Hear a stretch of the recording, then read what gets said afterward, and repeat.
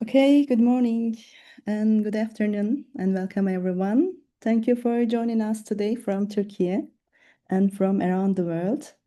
We are delighted to see such strong interest, but it is very early now. I think the other participants will join us, registered participants, later.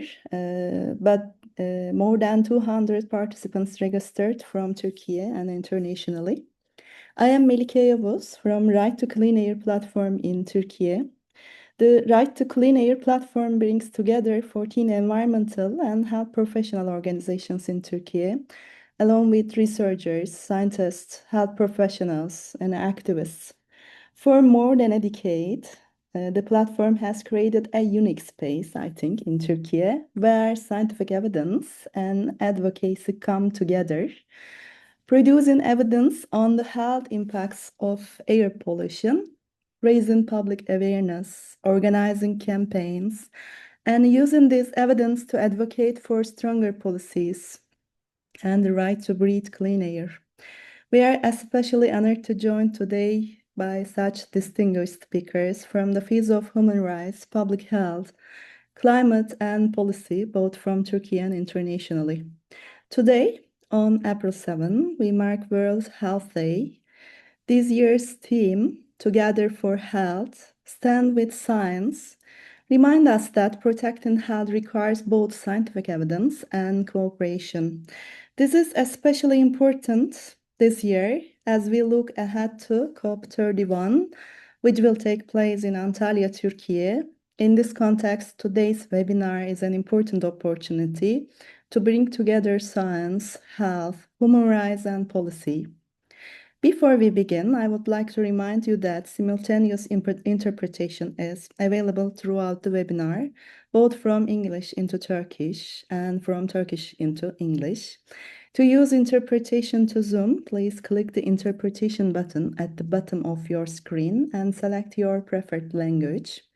We also invite you to share your questions throughout the webinar using the chat function. If possible, please indicate which speaker your question is addressed to.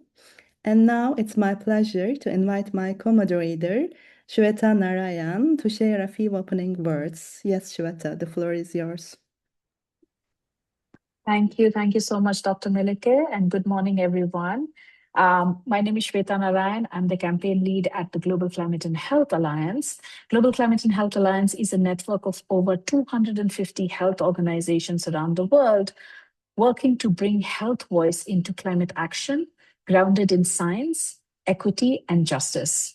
And as Dr. Melike just mentioned, as we gather today in the lead up to COP31 in Turkey, clean air is not just one of the many issues, it is the central issue to climate and health crisis that we are facing. Air pollution, largely driven by fossil fuels, continue to cause over 8 million premature deaths each year, and while also accelerating the climate crisis. So when we talk about cleaning the air and our right to clean air, we're really talking about the health of our people, the resilience of our communities, and protection of our fundamental rights. Now, this conversation is deeply connected to this year's World Health Day theme, which, as Dr. Melike mentioned, is Together for Health and Stand with Science.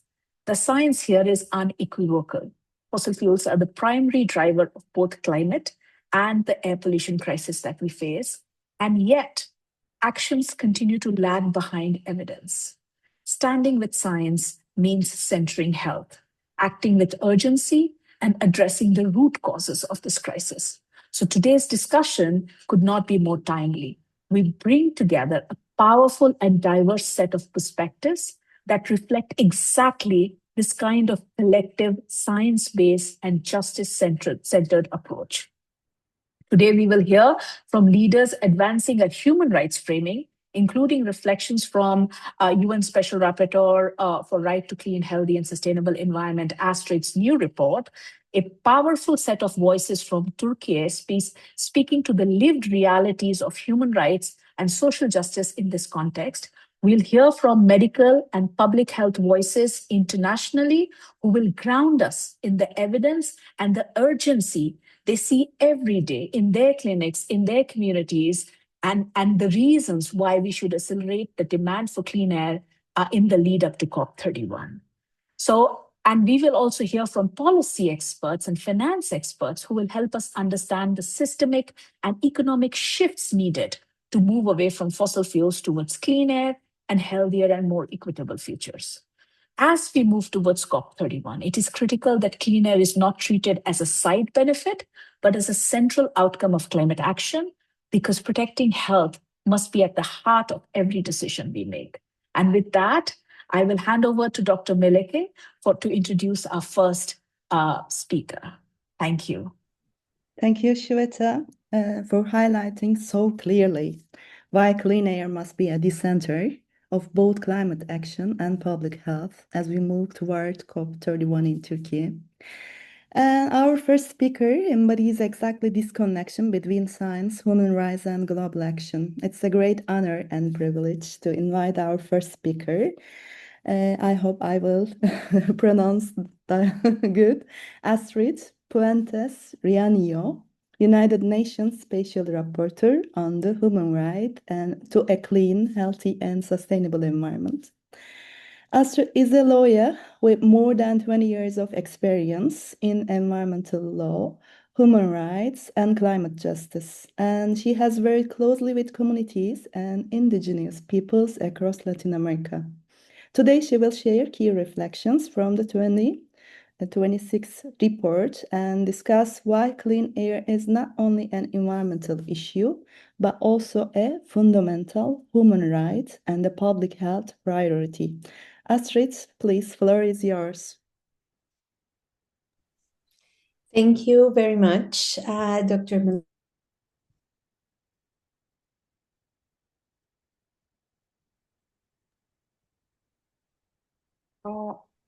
Astrid, we cannot hear your voice. Yes, there's something Meleke, wrong. and thank you everyone for the invitation.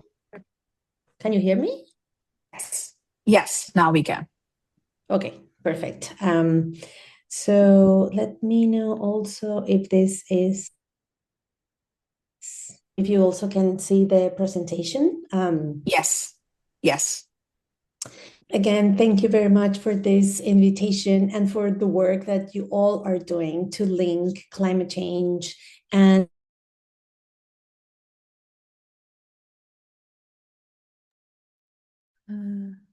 health. As I was mentioning, it's not necessarily something that is clear and well understood, the link between health and climate change. So the first thing that I wanted to say is that climate change is not only or not mostly millions of gigatons that we have to mitigate or hectares to protect. When we talk about climate change, we also talk about human rights, and we also have to link it to human health. And as we heard also, air pollution is one of the key things that helps us to both understand but also evidence how clear and the level of severity of the situation. So as as a special rapporteur on the human right to a clean, healthy, and sustainable environment, I want to share with you, first of all, what are the substantive elements of the right to a healthy environment. So when we talk about the right to a healthy environment, we talk about clean air and safe climate, safe and sufficient water, non-toxic environment, healthy and sustainable food, and healthy ecosystems and biodiversity. So all of these elements are what we call the substantive elements of the right to a healthy environment that are absolutely fundamental to make sure that we can guarantee and enjoy the right to a healthy environment. All of these elements are intersected. So of course, when we talk about clean air, is at the same time, and this is one of the key things that the right to a healthy environment also help to understand, that we need a safe climate to breathe clean air and enjoy a healthy ecosystems and biodiversity, and all of these elements are interconnected. We also need access to information, public participation, and access to justice that are the procedural elements of the right to a healthy environment. And all of these are intersected and are the reason why I decided to do this report. Because as we know, and it can be normal and obvious, that breathing clean air is one key element of healthy environment, but of course, it's a key element for enjoying our health and our life. And it is for everyone, but especially one of the things that scientists are concluding is that people that are more vulnerable to air pollution, including children, women, people in poverty situations, indigenous peoples, are elderly, are one of the most impacted by air pollution. So one of the key things that I highlighted in the report, and the reasons that I decided to do it also, is because we are today living a crisis of air pollution, as we heard already, and I will show you later. Already around between 6 and 8 million people, according to data from different UN entities and scientists, are losing their life because of air pollution. So as we are facing a global crisis of public health because of air pollution, this is also a crisis that is completely solvable. We can prevent this because the reasons and the crisis is linked to the fossil fuels and to fires and the use of and the inadequate control of the drivers of air pollution. So what we need to do, and one of the key aspects, is first of all, understand this link, but also make sure that states and also businesses contribute to improving this situation. In order to do that, we absolutely need to prioritize public health and understand this link between air pollution and public health. So again, this is not and should not be only a technical aspect when we talk about air pollution, thinking about the level of pollution from ozone or PM 2.5 or NOx and VOx, etc. It's not only and should not only be a technical conversation. The monitoring, regulations, and the enforcement has to include this health impact and health risks. And what do we need? What do I mean with this? That in addition to the technical air monitoring systems, we need, and cities, states need to incorporate also the elements of the morbid mortality. So what's the risk for people, especially in more vulnerable situations that the air pollution is having? And then these measures should prioritize this. As I mentioned, we know, of course, of the impacts, and I won't repeat that, but one of the key aspects that I want to also highlight, and this has been developed even by the International Court of Justice in the recent advisory opinion, when we talk about air pollution, we're also talking about transboundary impacts. And this is key because it needs also and highlights why states need to coordinate and collaborate. And this is one of the key aspects that we need, of course, to advance in COP31 and other spaces where states are negotiating and concluding, because there is not only the transboundary impact, which means that the emissions in one country can impact other countries as well, but this also means this also touches to the importance of international coordination in order to prevent and avoid the impacts that people are having. And we are seeing a lot of, there are already international agreements for avoiding transboundary impacts, including in Europe, in the ASEAN region, in the Amazon, for example. And these agreements are important and are key. But one of the challenges that we're seeing is in terms of implementation. And so this is a key aspect that I want to highlight also in what is the priority that states must be having. And again, when we talk about both pollution and climate, I want to also highlight how the systemic inequalities that we're seeing exacerbate the impacts. Let's think about both countries, low and mid-income countries, that are the ones that are suffering more from this air pollution, and the possibilities for the enforcement and regulation between countries, but also access to health and to measures for the protection of these impacts and to control this contamination.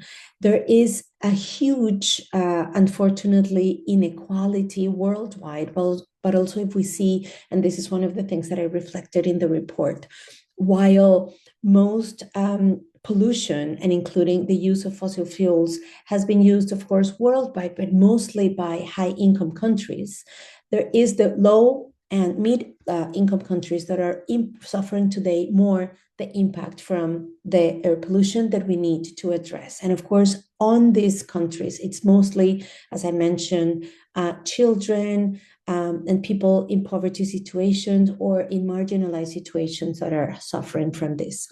This graphic was actually included by Shweta Narayan in the report that I highlight and I recommend you to review as well, Cradle to Grave. And it shows us, can be terrifying, but it's very important for us to understand that air pollution is today impacting every organ in our bodies and throughout our lives. So air pollution and the impacts from air pollution, as you well know, start from while we are from pregnancy, and then all the way until the end of our lives. And it's not only impacting our lives, but also reducing years of life, and is specifically including and impacting pre-birth, during pregnancy, newborns, and childhood. Also, the impacts in childhood and adolescence are significantly, which of course at the end impacts adulthood and the elderly. One of the key things that I also, and of course you as experts on and public health, I want to highlight, but it's very important also that this is well understood in the climate space so that measures and effective actions are implemented, is that air pollution and climate change, the impacts between both exacerbate. For example, what we are seeing is that while air pollution can be linked to fossil fuels, it can be if there's an industry around, or because of traffic, because of the fires. And then we have climate change that can exacerbate fires, can increase the fires.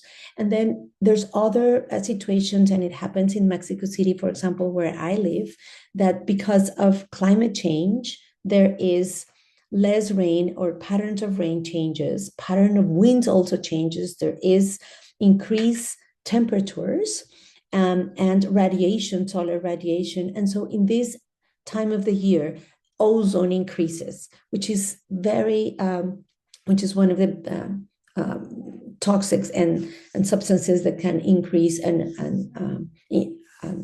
make air pollution worse. So all of these are measures that it's important to have in mind, not only the technical part, as I mentioned, but also the impact on health.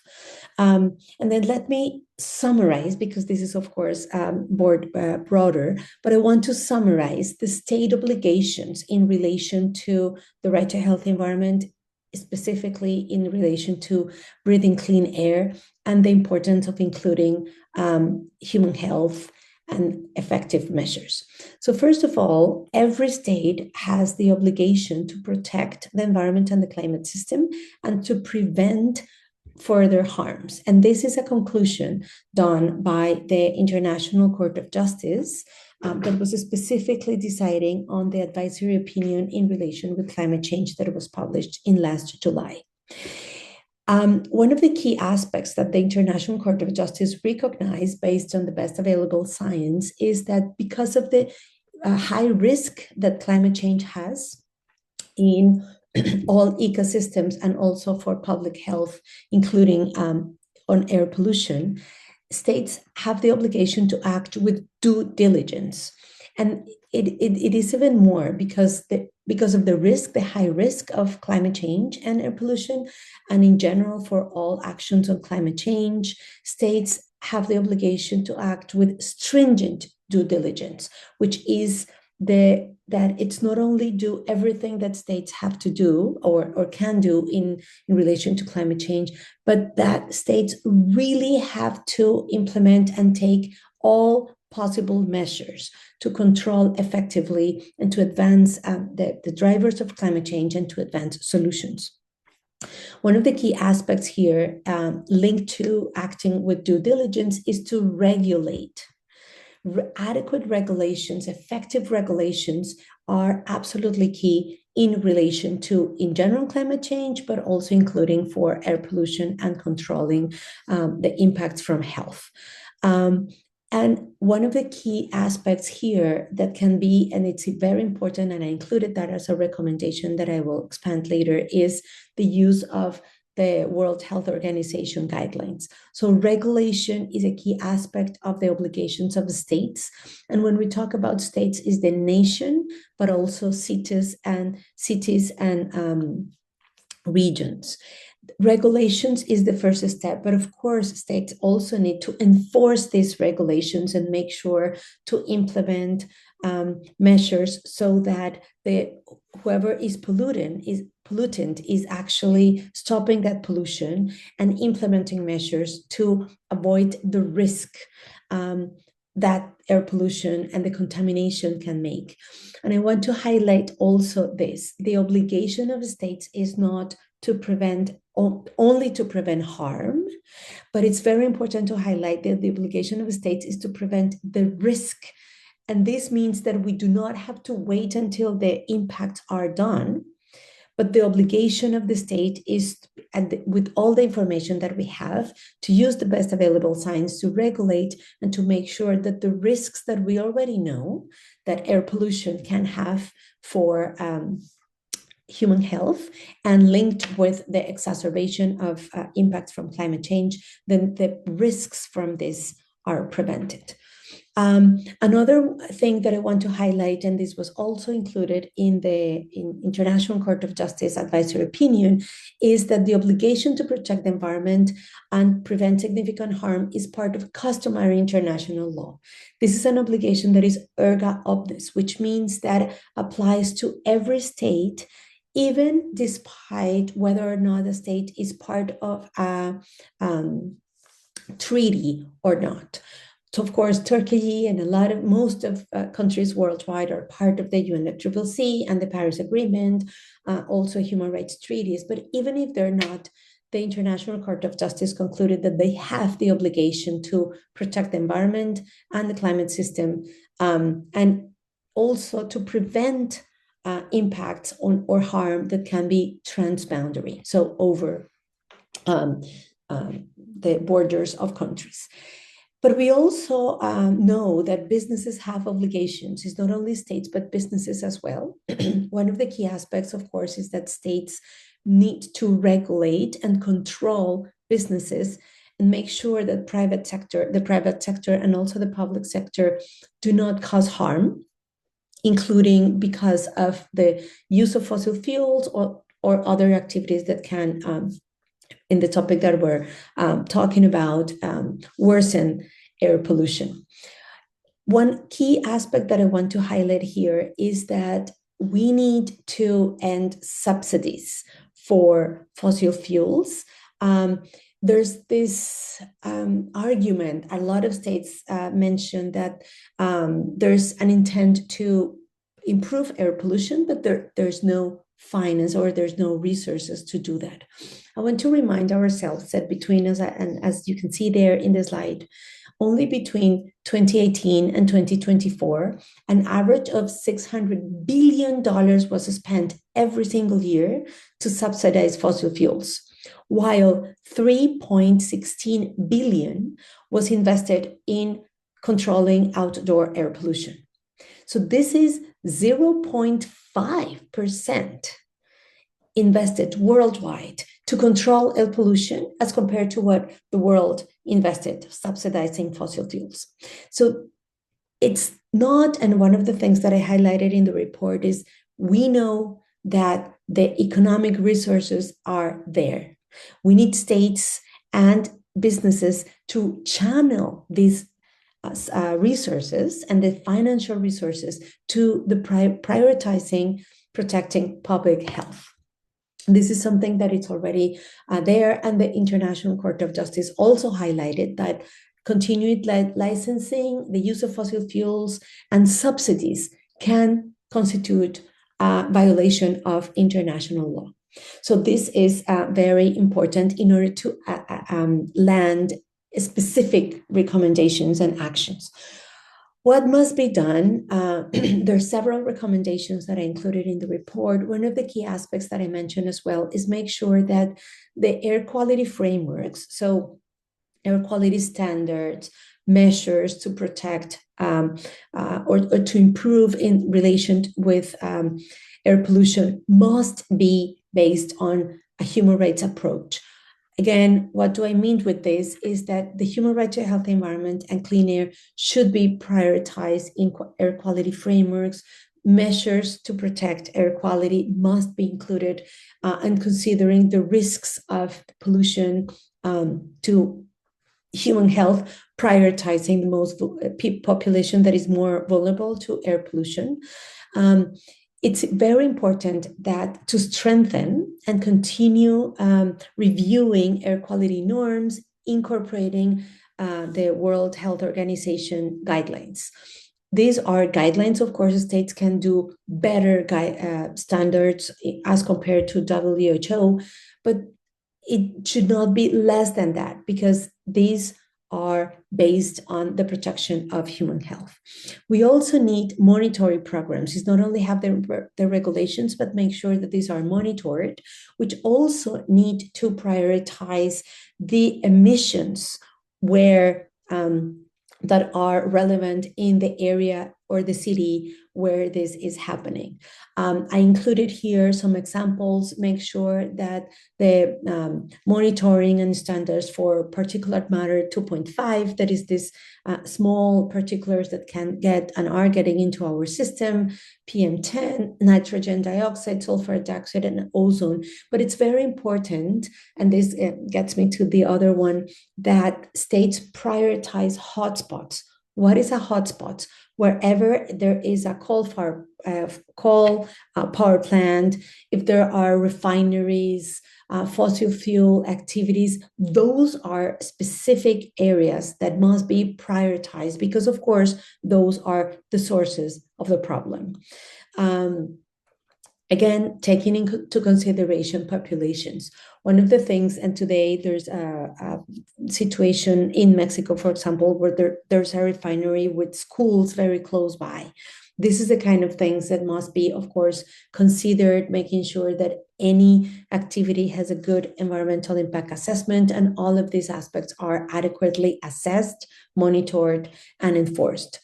It's important to have air pollution action plans, again, identifying the risks, but also what are the key measures that must be included, and corrective actions. The corrective actions must be deterrent to the repetition. It's not only states, as I mentioned, cities have a key role in controlling air pollution, both limiting new fossil fuel use and production. We absolutely need states and cities to help the shift to healthy air alternatives. This means not only transcending coal and oil, but also gas. And wherever there's a possibility, we need to stop depending on all the three fossil fuels and really transfer to solar energy, wind energy, and definitely also reduce the energy demand so that the energy that is already produced can be well used. Fuel quality and public transportation are key aspects in cities as well. We need globally, and specifically the cities that depend more on private cars and fossil fuels, we need that transition.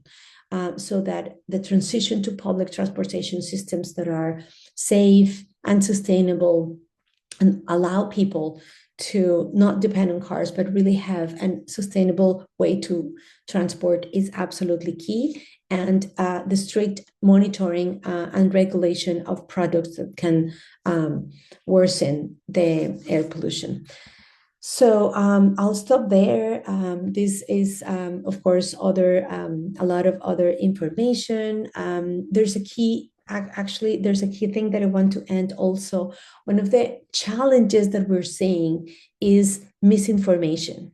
And I want to share with you that in February, we had an event with the Mayor of London office, who established ultra low emissions in London. And one of the key things that they were sharing is that their biggest challenge that the City of London faced was misinformation and undue inadequate information and undue influence from businesses. So this is a key thing that we have to address, and that, again, the role of businesses and definitely the health sector, it's key on this as well. So thank you very much. And also apologize that I have to leave before the end of the event, but I look forward to continue the conversation. Thank you. Thank you so much, Astrid. And what an incredible report. Congratulations once again. And also very pleased to inform everybody on this webinar that this report is translated in Turkish. And my colleagues will share the link so that it's more easily accessible. It's a perfect example of bringing science, human rights, and lived experience all together in the advocacy for clean air. And again, because you mentioned misinformation, which is so important, misinformation and disinformation, and so relevant to the World Health Day's theme of standing with science. Standing with science also means challenging disinformation and misinformation. So really, really grateful to you, Astrid, for this phenomenal report.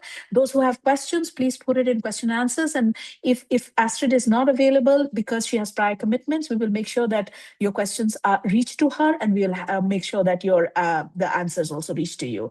And with that, I want to pivot to introducing another one of my favorite people, and somebody I deeply, deeply look up to, Professor Dr. Jamila Mahmood. Professor Dr. Jamila Mahmood is a medical doctor with over 2 decades of experience in health, disaster response, and humanitarian action, including in some of the most complex crisis and conflict settings in the world. She's currently serving as a professor and executive director at the Sunway Center for Planetary Health at Sunway University in Malaysia. Dr. Jamila has held senior international leadership roles with the United Nations and the International Federation of Red Cross and Red Crescent Societies, and has been at the forefront of responding to some of the most pressing global challenges of our time. And what I personally admire most about her is her ability to bring together compassion, clarity, and courage, and bridging the worlds of planetary health, climate crisis, public health, humanitarian response in a way that is both deeply grounded in science and profoundly human. So with that, welcome, Dr. Jamila, and the floor is yours. Thank you very much, Shweta. Assalamu alaikum. Good morning and good afternoon to everyone on this webinar.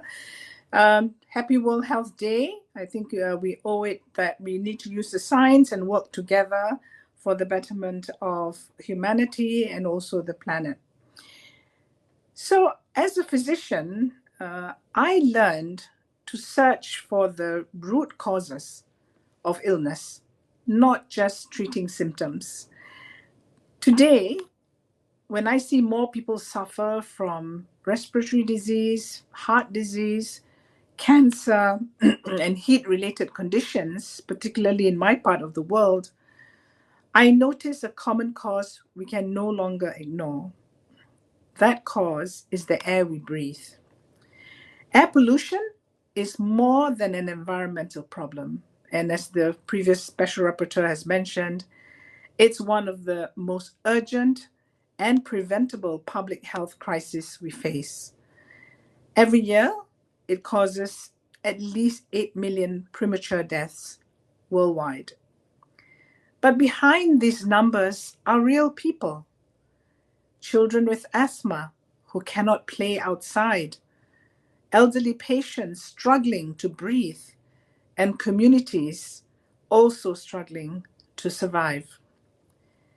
As health workers, we are taught to act when the harm is preventable. And yet, in the case of air pollution, we continue to treat the symptoms while allowing the root cause to persist. The science is clear. Most air pollution comes from burning fossil fuels, and these same fossil fuels are also the main cause of the planetary health and climate crisis. So, we are not facing two separate problems, but one connected health emergency with a common cause and shared solutions. This is a crucial time for planetary health. People's health and the planet's health are so interlinked. And when we harm the environment, we also damage the basics we need for good health: clean air, safe water, stable climates, and healthy ecosystems. But there is also a powerful opportunity here. Clean air is one of the most obvious and immediate benefits of taking climate action. When we reduce our dependency on fossil fuels, we do more than cut emissions. We reduce pollution and improve health. We reduce hospital visits, lower healthcare costs, and help people live better lives, often very quickly within just a few years. This is why clean air must be at the center of climate negotiations moving forward. As we look ahead to COP31, I call upon all the health fraternity on this call and beyond, particularly those based in Turkey, and share with you and hope to get your support on 3 priorities I would consider from a health perspective. First, we must explicitly recognize fossil fuels as a public health risk. For too long, people have seen fossil fuels mainly as an energy or economic issue. But from a medical and health perspective, they cause terrible harm throughout life, from before birth through chronic illness in adulthood to greater risks in old age. And for those of you who've not read the seminal Cradle to Grave report led by Shweta, I strongly urge you that this is essential reading. How we describe a problem matters to public health. The way we define an issue shapes the solutions we choose. When we call tobacco a health risk, it changed policies, led to advertising bans, stronger rules, and new social norms. And we need to urgently have a similar shift now. If we all recognize fossil fuels as health-harming problems and products, we can help to unlock stronger, more coherent policy responses across health, environment, finance, and governance as well. Secondly, we must prioritize clean air as a measurable and immediate health outcome of climate action, not one belonging to environmentalists and climate scientists, but health workers themselves. Too often, climate policies are judged only by long-term emissions, and these are the goals that are often very difficult to attain. And they are important, but they can seem so distant and so far away and hard to relate to. Clean air, on the other hand, is immediate, tangible, and deeply personal. Adding air quality measurements to national climate plans can show the health benefits of climate action in clear, measurable ways. This helps policymakers prove their impact not just by cutting emissions, but by saving lives. Health systems have an important role here. As trusted organizations, as trusted people that health professionals are, we can track, share, and push for better air quality, making sure policies lead to real health improvements for communities. Third, we must address the role of misinformation and conflicts of interest in delaying progress. As we have seen in other areas of public health, including tobacco, vested interests can shape narratives, delay regulation, and weaken public understanding of risk. When it comes to fossil fuels, disinformation still hides the links between pollution, climate change, and health. At the same time, conflicts of interest in policy, research, or communication can weaken trust and slow down progress. We have to protect information. We have to protect its integrity, and therefore it's not just a communication issue. It is a public health imperative. As a medical practitioner, I have seen what happens when we act too late. In medicine, delayed diagnosis often means more complex treatment, higher costs, and worse outcomes. The same is true for the climate and health issues and crisis. We are already seeing what happens when we do nothing more on extreme heat, worse air quality, and more pressure on health systems. These problems do not affect everyone equally.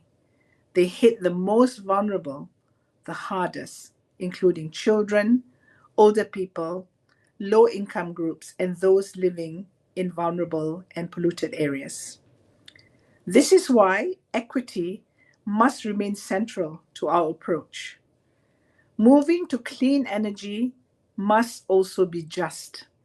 We need to protect jobs, support communities, and make sure everyone shares the benefits of clean air and better health. So let me end on a note of cautious optimism. Unlike many other health challenges, this is one where solutions are already known and the benefits are immediate. We have the evidence, we have the tools, and increasingly we have the momentum. Now we need everyone to work together across different fields, sectors, and levels of government. As health professionals, we have a unique responsibility and a powerful voice. We are among the most trusted individuals of society. When we speak about health risks, people listen. We must use our voice to make the invisible visible. We need to show how the air we breathe, the energy we use, and the policies we create are all connected. Clean air is not a luxury. It is fundamental to determinants of health. And as we head towards COP31, let's be clear. Protecting health means cleaning our air. Cleaning our air means moving away from fossil fuels. And I urge the people of Turkey to call upon the government to not allow fossil fuel lobbies to pollute the COP31 deliberations. Thank you very much.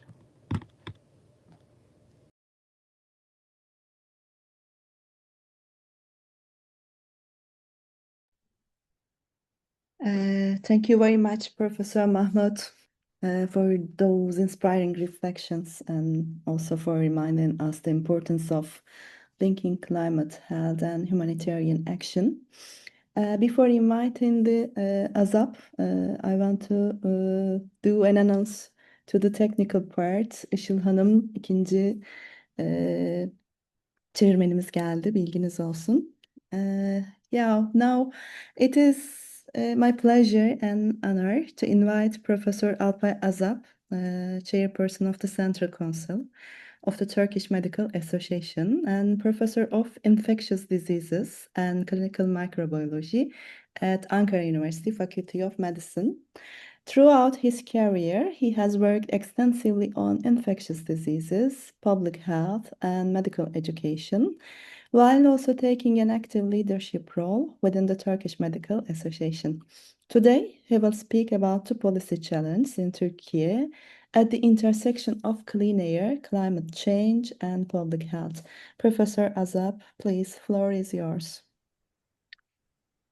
Thank you very much, Melike. Dear moderators, esteemed participants, good morning and good afternoon, and happy World Health Day to all.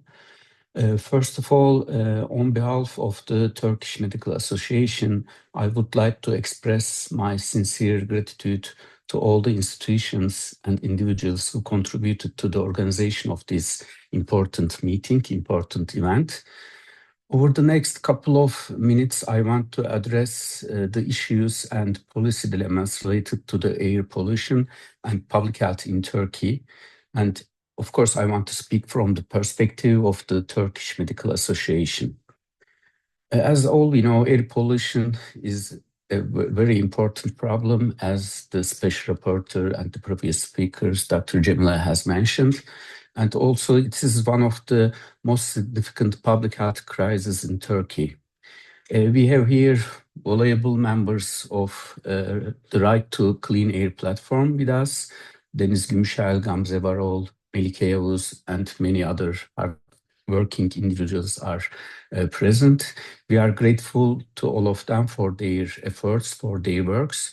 And we know from their works that more than 90%, almost 92.5% of the population in Turkey is breathing air harmful to health. This figure clearly indicates that Turkey's air quality is well below international health standards. Respiratory diseases, cardiovascular diseases, and early death are just a few of the serious consequences, revealing the scale of the crisis. And again, according to the work of the Right to the Clean Air, more than 90,000 premature deaths annually occur in Turkey. And the health problems disproportionately affect vulnerable groups such as children and elderly. And like other problems caused by climate change, air pollution disproportionately affects the poor and low-income groups as well. Therefore, air pollution is no longer just an environmental issue, but must be addressed as a holistic public health crisis and a social justice issue, as mentioned before. And the right to clean air should be considered as a fundamental human right. Health, climate, and energy policies must be developed in harmony to protect both our environment and our health. The biggest problem regarding air pollution in Turkey is its dependence on fossil fuels. Almost 90% of carbon emissions come from fossil fuels. Coal, along with other fossil fuels, remains a central part of Turkey's energy policies, and new investments and incentives continue. There is no clear and binding strategy for phasing out fossil fuels. Another significant issue is the lack of integration between climate policy and air quality management. In Turkey's nationally determined contribution NDC, air pollution is not addressed as a separate policy area, and the link between fossil fuel use and air pollution has not been clearly established. Similarly, there is no direct reference to air quality in the current climate law. However, air quality management must be addressed with measurable, trackable, and accountable goals, which Right to the Clean Air platform try to do that. A similar disconnection exists between climate policy and health policy. Health is often not at the center of climate policies, but in Turkey, but it's treated as a secondary outcome rather than a shaping criterion. Yet premature deaths, disease burdens, and related economic losses caused by air pollution should not be excluded from policymaking processes. It's a political decision. Climate, air quality, and health policies must be addressed holistically, and the systematic assessment of health impacts must be conducted. As you know, Turkey is hosting of COP31 in the fall. COP31 presents an important opportunity to overcome these dilemmas, I think. This global climate summit represents a unique moment to integrate public health, clean air, and climate policies into a cohesive framework.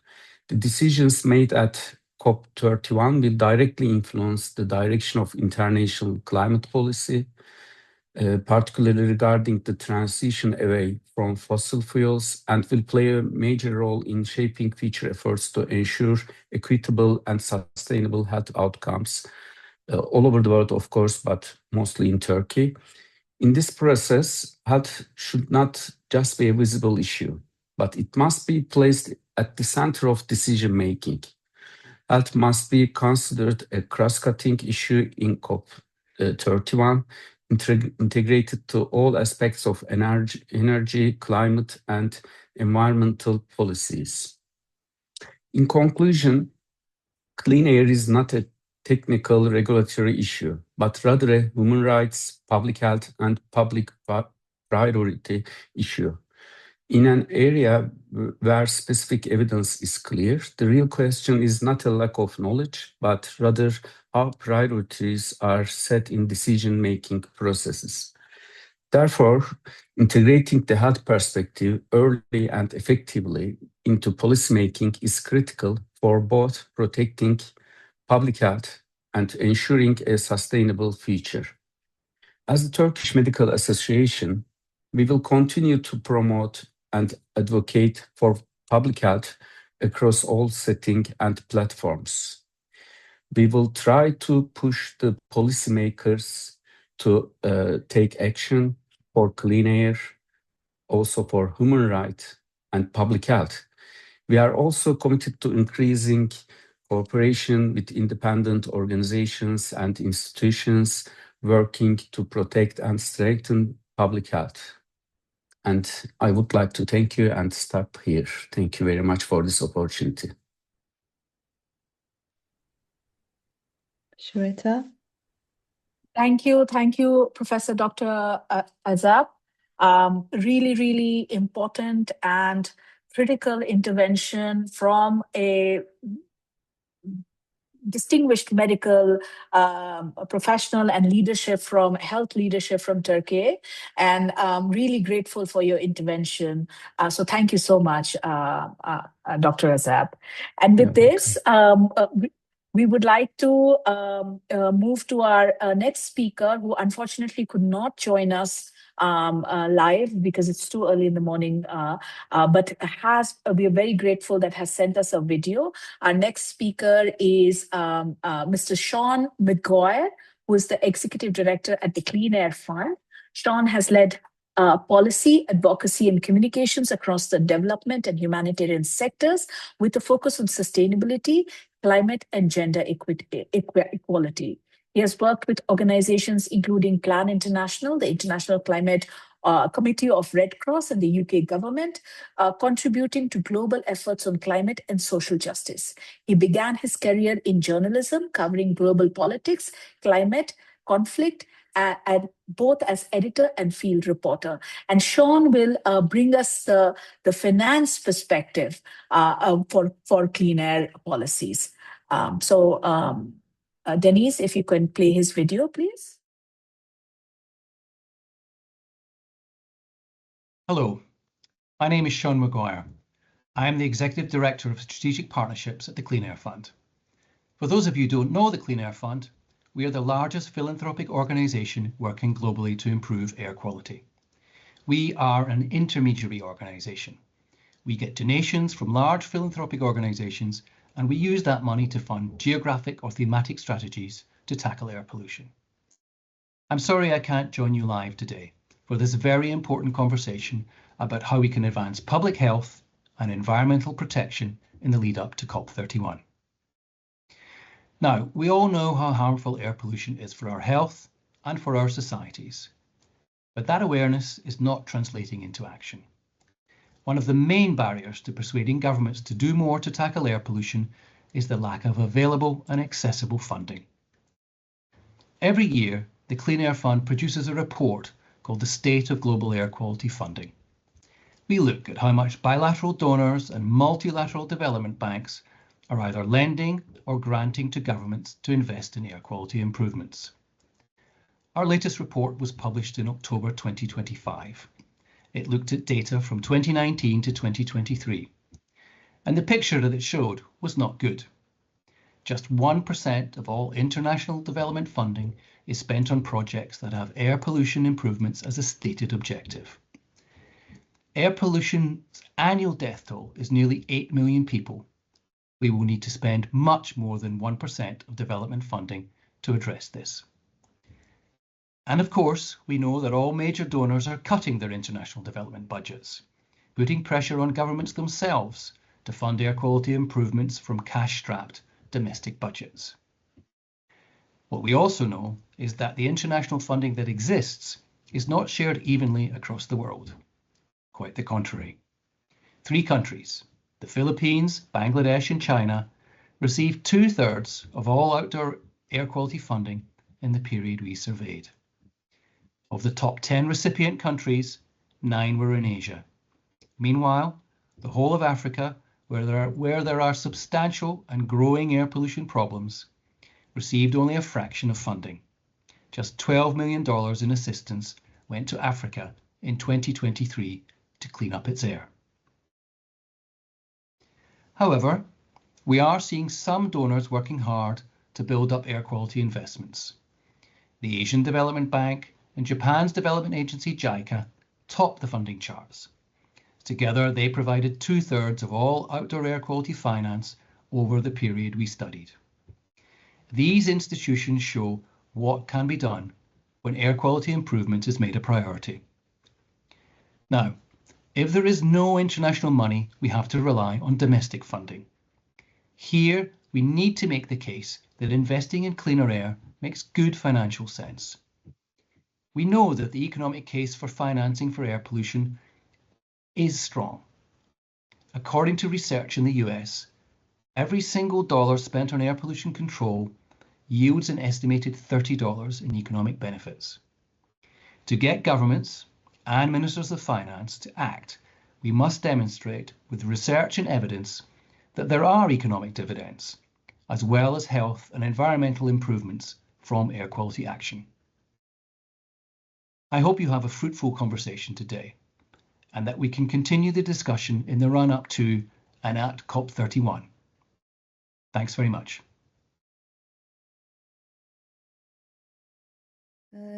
Okay, so now we are on the second part. Okay, I think Astrid leave the session because she has another meeting. So now it's the second part. Sorry for these technical problems. So I want to continue with Çiğdem Çağlayan, but I didn't have her bio. Maybe later after her speaking. Yes, sorry, because I didn't plan to do this part. Okay, Professor Çiğdem Çağlayan. She is also my colleague, but I'm hearing my voice from somewhere else. Yes, she's my colleague, and we are working together at the same faculty as a public health specialist. I admire with her. Okay, Çiğdem Çağlayan is a public health specialist. Also, we are struggling in the Right to Clean Air platform together for many years. She's early. She begins the Right to Clean Air platform earlier than me, and I found now her bio. Sorry for this problem. Yes, she's a medical doctor and public health specialist, serving as professor and head of the Department of Public Health at Kocaeli University. Her academic work focuses on environmental health, particularly the health impacts of air pollution and climate change. She has played a leading role in the Right to Clean Air platform, contributing to national assessments of air pollution, attributable mortality in Turkey using the WHO AirQ model.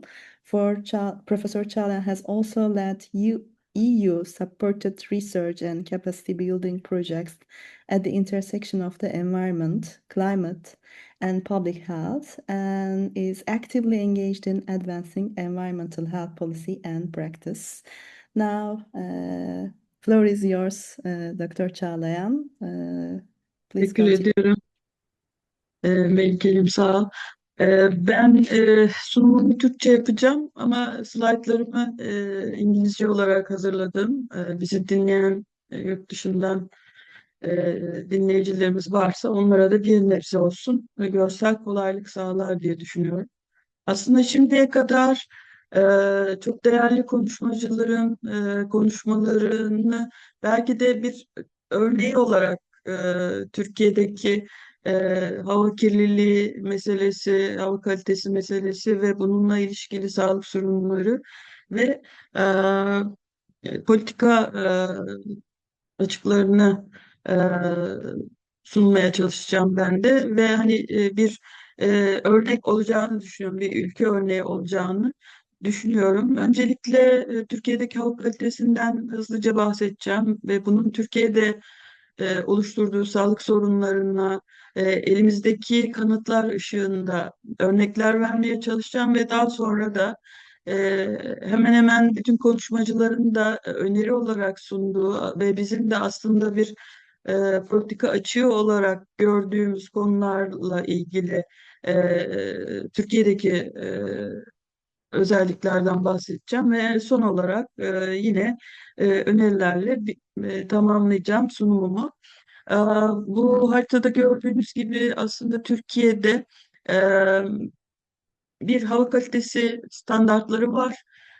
Bir de Dünya Sağlık Örgütü'nün önerdiği standartlar var. Biz her ikisini de bu görselde özetledik.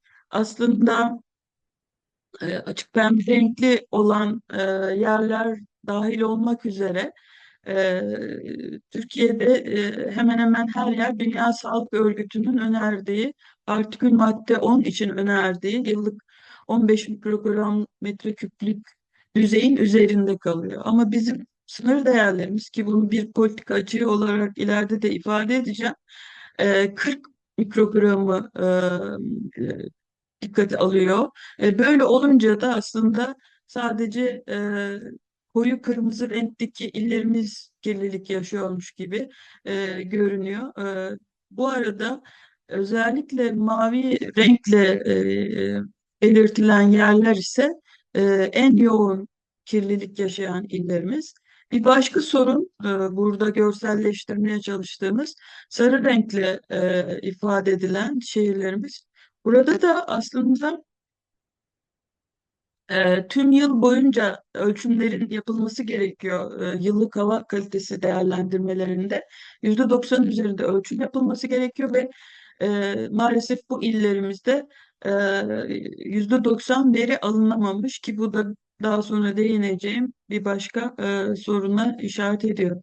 Yine Türkiye'deki hava kalitesi indeksine göre de pek çok şehrimiz, 41 kadar şehrimiz orta, 40 kadar şehrimizde yine hassas hava kalitesine sahip. Bir başka veri aslında çok veriye ulaşmak da mümkün değil Türkiye'de. Bu 2023 tarihli sanayiye bağlı emisyonların gösterildiği bir harita. Burada da çok sıcak noktaları görüyoruz. Özellikle sanayinin gelişimine bağlı olarak sanayinin konuşlandığı ve ayrıca termik santrallerin enerji üretim tesislerinin bulunduğu illerimizde de aslında kirliliğin yoğun bir şekilde yaşandığını, emisyon kirliliğinin yoğun bir şekilde yaşandığını görebiliyoruz. Diğer illerimizde ise ağırlıklı olarak evsel ısınma ve trafiğe bağlı yani sanayi ve enerji dışında diğer kirliliklerin, kent içi trafiğe bağlı kirliliklerin olduğunu görüyoruz. Sonuç olarak Türkiye'de bizim senin de başta belirttiğin gibi 2017 yılından beri yaptığımız ERQ yazılımıyla yaptığımız hesaplamalarda e, yıllar içerisinde de artarak giden bir ölüm sayımız var. Bu hava kirliliğine, daha doğrusu partikül madde 2,5 kirliliğine atfedilen ölüm sayıları 2024 yılı itibariyle bu 62 binler civarında ne yazık ki. Bunu yani güne dakikalara böldüğümüzde aslında her 8-9 dakikada bir ölüm gerçekleşiyor hava kirliliği nedeniyle ve çok yakın tarihte gerçekleşen büyük Kahramanmaraş depremleri sonucunda 11 şehrimiz e, hasar almıştı. O bir anlık büyük bir yıkımda 53 bin yurttaşımızı kaybetmiştik. Maalesef hava kirliliğiyle her yıl böyle büyük depremler yaşıyoruz diyebiliriz. E, Aslında Dünya Sağlık Örgütü'nün küresel hastalıkların küresel yükü raporunda belirttiği üzere partikül madde 2,5 kirliliği pek çok ölüm nedeninin oluşturuyor ve her yıl yaklaşık 8 milyon erken ölüm meydana geliyor. İşte kronik obstrüktif akciğer hastalıklarının neredeyse %41,5'u hava kirliliği nedeniyle ve bunlar önlenebilir sebepler aslında. Bizim için halk sağlığı açısından önemli olan da bu. Yine kardiyovasküler hastalıkların neredeyse 1/3 hava kirliliği nedeniyle gerçekleşiyor. Bizim yaptığımız başka bir yine ERQ ile yaptığımız metodoloji farklı ama hani hastalık yükü değil ama en azından fikir vermesi açısından hava kirliliği Türkiye'deki kalp hastalıkları nedenle ölümlerin 1/5'ini oluşturuyor. Yine inme ve akciğer kanseri de hava kirliliği için önemli sonuçlar. Bizim yaptığımız yine Türkiye için yaptığımız araştırmada da akciğer kanseri nedenle ölümlerin yaklaşık 1/3'ü hava kirliliği nedeniyle ortaya çıkmış durumda. Bakıldığı zaman aslında havası kirli olan illerimiz yani ilk haritada gösterdiğim yoğun hava kirliliği olan illerimizde hava kirliliğine bağlı atfedilen ölüm yüzdelerinin de fazla olduğunu görüyoruz bu illerin. Böyle bir haritalamada yaptık. Bu aynı zamanda bu haritalar şunun için önemli. Sabahki konuşmalarda da vardı. Hotspotlar yani sıcak noktaları saptamamız ve buradaki kirliliği aslında kronik kirliliği önlememiz gerekiyor. Dolayısıyla baktığımız zaman biz politika açıkları olarak şunu görüyoruz. Bir tanesi bizim mevzuatımızdaki kabul ettiğimiz hava kalitesi sınır değerleri. Dünya Sağlık Örgütü'nün önerdiği değerlerin çok uzağında kalıyor. Dolayısıyla aslında bu mevzuat değerlerinin bilimsel verilerle uygun güncellenmesi gerekiyor. Eğer Dünya Sağlık Örgütü partikül madde 2,5, partikül madde 10'u mümkün olduğu kadar az düzeylerde olmasını istiyorsa bu sağlık için eşik değerdir. Dolayısıyla biz başka kriterler yerine bilimsel verileri dikkate almalıyız eğer sağlığı önemsiyorsak ve bir an önce aslında bu değerlere ulaşmalıyız. Bir başka sorun partikül madde 2,5 ölçümleriyle ilgili ve limit değerleriyle ilgili. Bir kere Türkiye'de partikül madde 2,5 için bir limit değer saptanmamış durumda.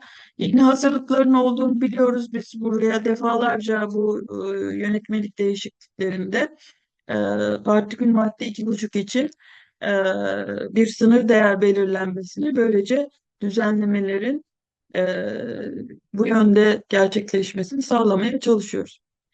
Bir diğer konu politika açığı olarak bahsetmemiz gereken ölçümler, ölçüm istasyonları, hava kalitesi ölçüm istasyonları ve ölçümlerin validasyonuyla ilgili sorunlar. Bir kere aslında Türkiye'de son yıllarda Ölçüm yapan istasyon sayısında ciddi artışlar var. 350'nin üzerinde istasyonumuz var, hava kalitesi.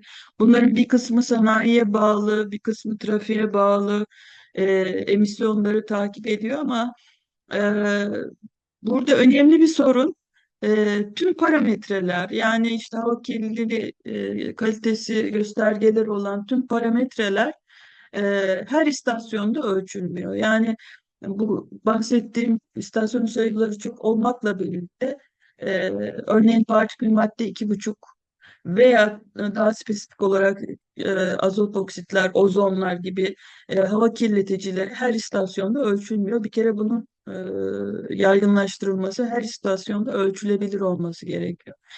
Bir diğer konu aslında hava kalitesi ölçüm istasyonlarının seçim yerleriyle ilgili. Kirliliğin gerçek durumunu her zaman yansıtmıyor bu seçimler. Yer seçimindeki yanlışlıklar kirlilik düzeylerini olduğundan daha düşük gösterebiliyor, özellikle sanayi bölgelerinde. Yine günlük biraz önce de söylediğim gibi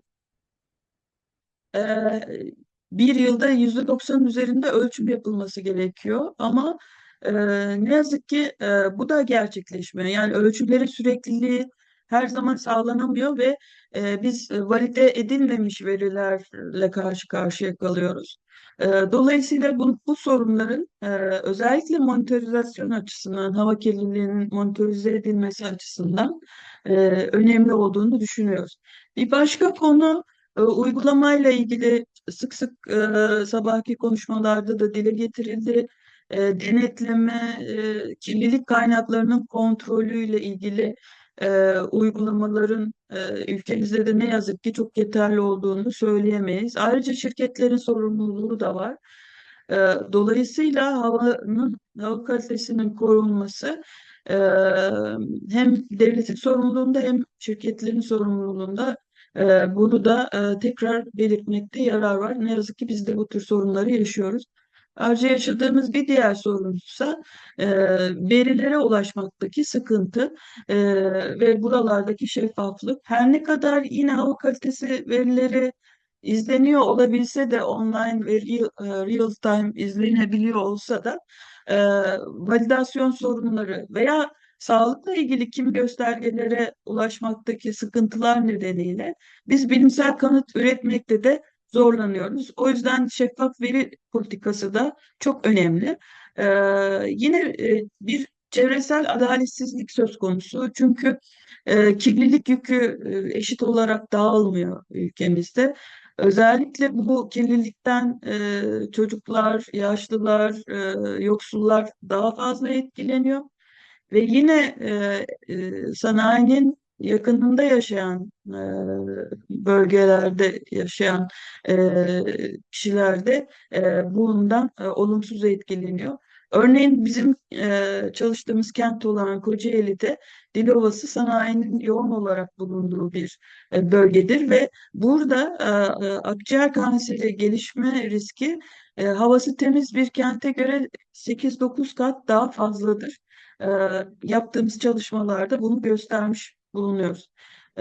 Yine özellikle kömüre dayalı kömürlü termik santrallerin bulunduğu yerlerde de partikül maddeyle ilişkili ölümler daha fazla saptanmış durumda.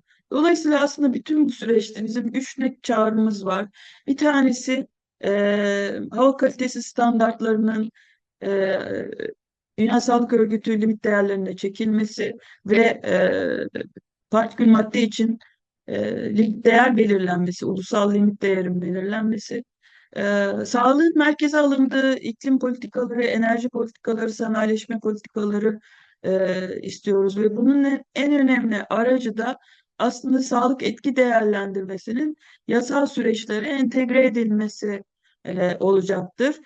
Sağlığı dikkate alan bir yaklaşımın en temel aracı sağlık etki değerlendirmesinin tüm projelerde zorunlu hale getirilmesi ve sağlığın dikkate alınması. Tabii ki fosil yakıttan özellikle COP31 kapsamında e, buna da yani hazırlıklar yapılıyor ve bu konuda ne kadar çok dile getirirsek o kadar önemli. Bir fosil yakıtlardan çıkış takviminin belirlenmesi, e, yol haritasının belirlenmesi gerekiyor. Bunların deklare edilmesi gerekiyor. Beni dinlediğiniz için teşekkür ediyorum. Umarım süremi çok aşmamışımdır. Bu kadar. Denise, are you continue or I will? Okay. Thank you very much. If it's okay with you, Melike, I can take the moderation from now on, and thank you very much for filling in. Dear Professor Çağlayan, thank you very much for these insights about the Turkish status of the air quality and relevant policies.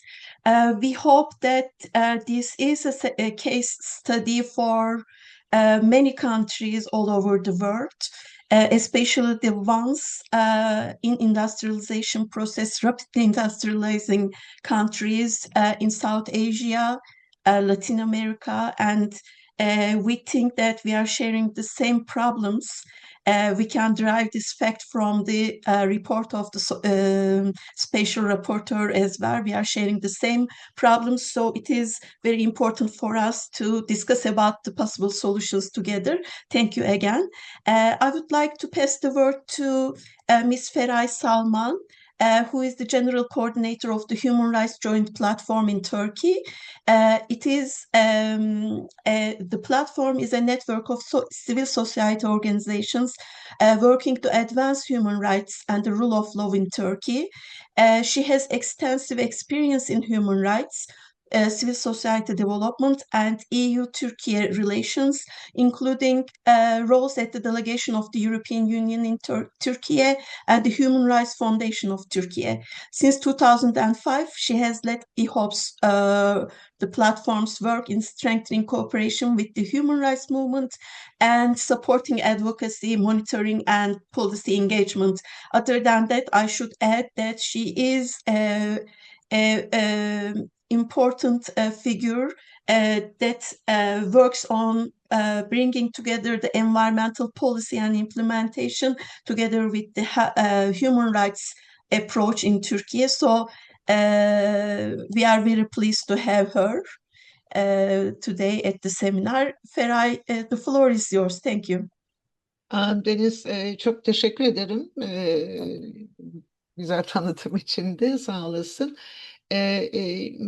Ben de aslında başlamadan önce bu toplantının ne kadar önemli olduğunu hani altını tekrar çizmek istiyorum ve bu tür toplantıların aslında sanıyorum Türkiye'de bir iklim adaleti meselesi için ve çevre adaleti meselesi için bence son derece önemli bir katkısı olduğunu düşünüyorum ve umuyorum bundan sonrası da devam edecek bir kolektif çalışma, işbirliği içerisinde.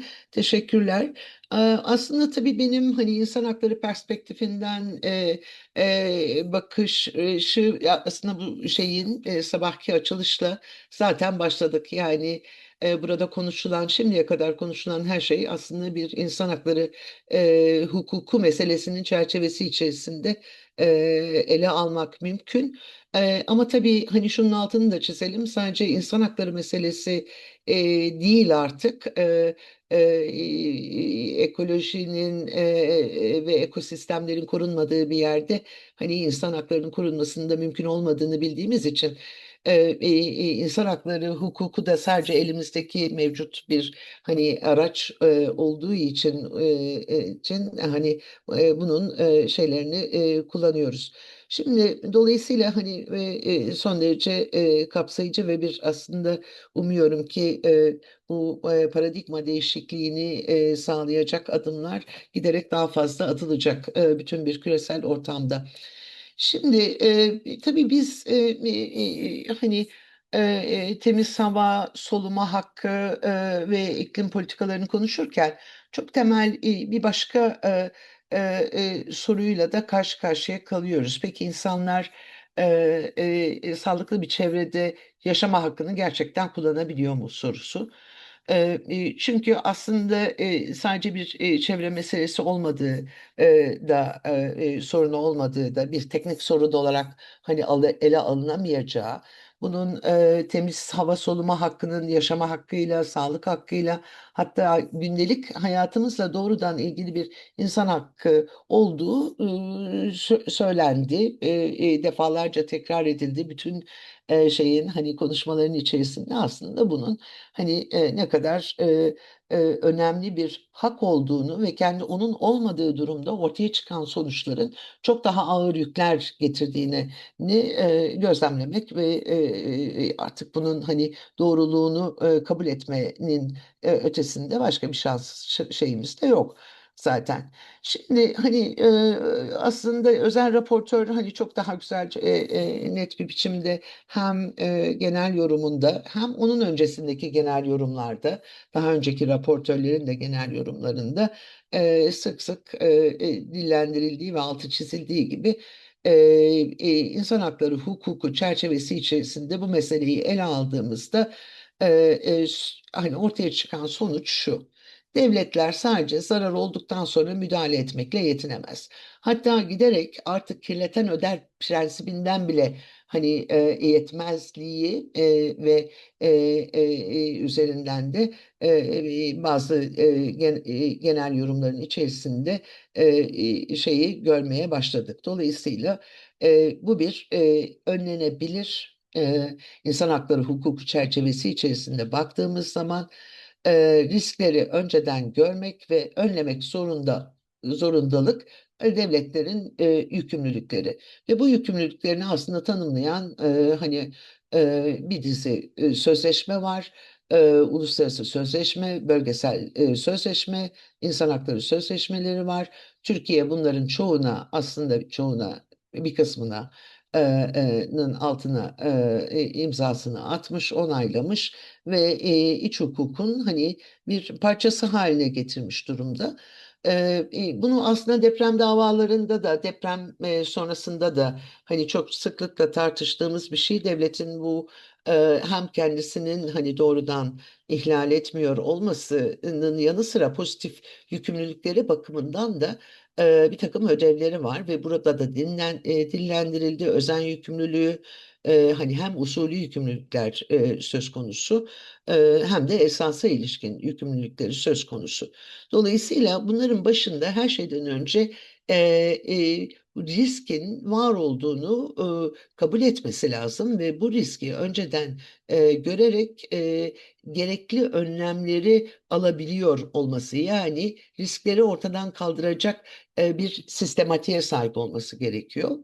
Ama Türkiye'ye baktığımızda hani bu tablonun son derece farklı olduğunu görüyoruz. Baktığımız zaman burada da defalarca hani altı da çizildi. Türkiye bakımından konuşulduğunda kağıt üzerinde bir sistem var, bir çevre kanunu var. Biliyorum ki, ben hatırlıyorum çevre kanunu çıkarken hani ne kadar mücadele edildiğini, bir çevreyle ilgili bir şeyin, alanın kamu şeyi idaresi içerisinde kurulmaya çalışıldığını falan hatırlıyorum aslında. Çok emek sarf edilmiş bir alan.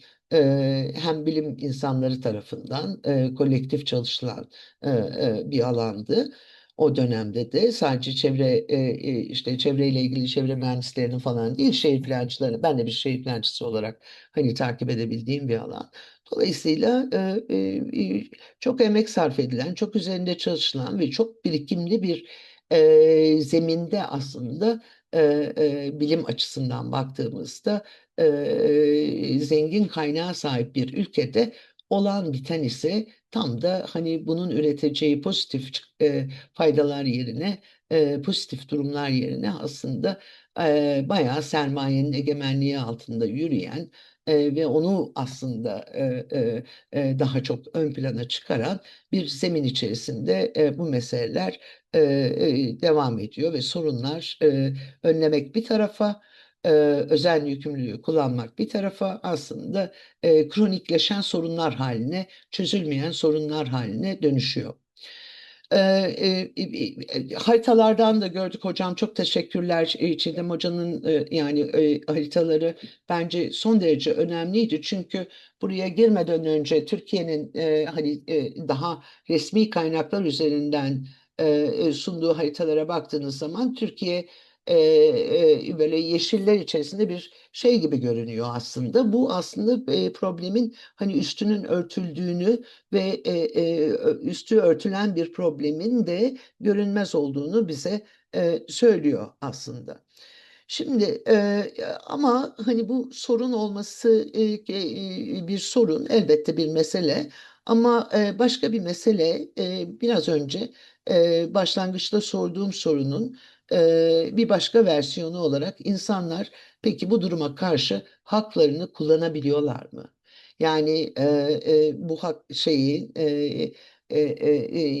temiz hava soluma hakkı ne kadar insanların hani kullanmak için mücadele edebildiği bir alan olarak görünüyor mu diye bakmak lazım aslında.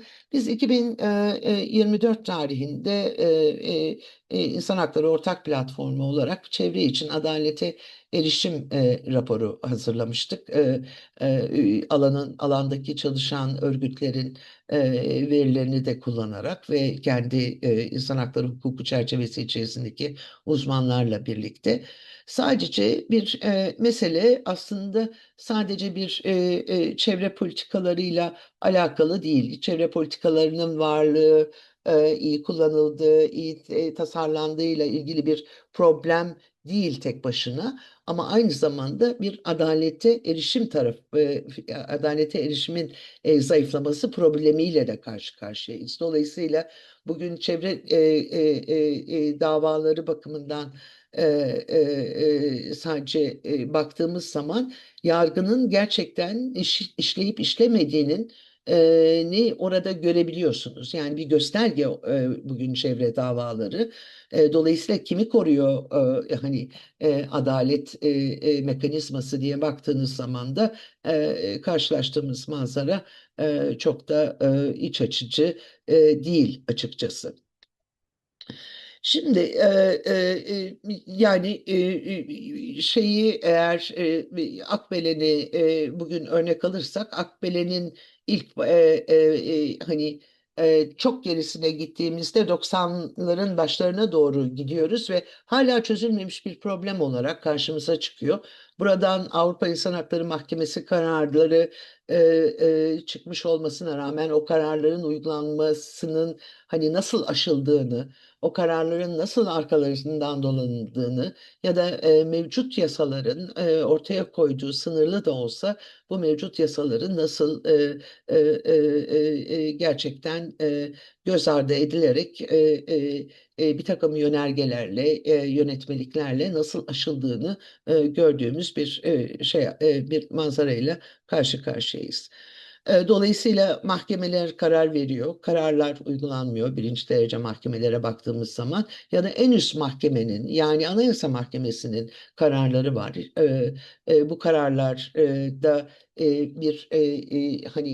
Avrupa'nın ya da Avrupa İnsan Hakları Mahkemesi'nin ve uluslararası insan hakları hukukunun içtihatını kullanmaya yönelik girişimleri bile aslında sorunların çözümü bakımından yetersiz kaldığını görüyoruz. Projeler iptal ediliyor bugün diyelim ki, ama fiilen devam edenler var. Yani mahkeme kararlarına rağmen, yani aslında oradaki yerel mücadelelere, insanların kendi çevre ile ilgili olarak, bu ister temiz hava hakkı olsun, ister hani kendi işte ormanlarını koruma olsun, ekolojik varlıkları koruma yönünde olsun, bütün bu şeyler, mücadelelerin zorlayan, onun karşısında duran bir bir fiili durumla karşı karşıya olduğumuzu da altını çizmek lazım. Dava açmak isteyenler bakımından da aslında gerçekten çok zorlu. Bu konuda emek veren, bütün mücadele eden herkesi kutlamak gerekiyor. Avukatlar, işte orada kendi ekosistemleri içerisindeki müdahalelere karşı mücadele eden halkın, insanların mücadeleleri gerçekten zorlu. Çünkü son derece bir kere dava açmak son derece maliyetli bir mesele. Süreçler çok zor ve adalete erişim çok sınırlı. Bir de bunun karşısında tabii hani karşı karşıya kaldığımız başka hızlı süreç, bu hızlandırılmış süreçler de var. İvedi yargılama usulleri, acele kamulaştırmalar, el koymalar başladı şimdi işte rezerv alanlar şunlar bunlar vasıtasıyla. Dolayısıyla bunlar aslında bu yatırım şeyleri hani biraz yani şimdi hani bu fosil yakıt kullanmayla ilgili olan da dahil olmak üzere aslında pek çok zarar verici şeyleri yatırımların hızlandırıyor. Ama karşılığında aslında adalet zayıflıyor. Ama sorun sadece mahkemede başlamıyor. En başı da karar alma aşamalarında başlıyor.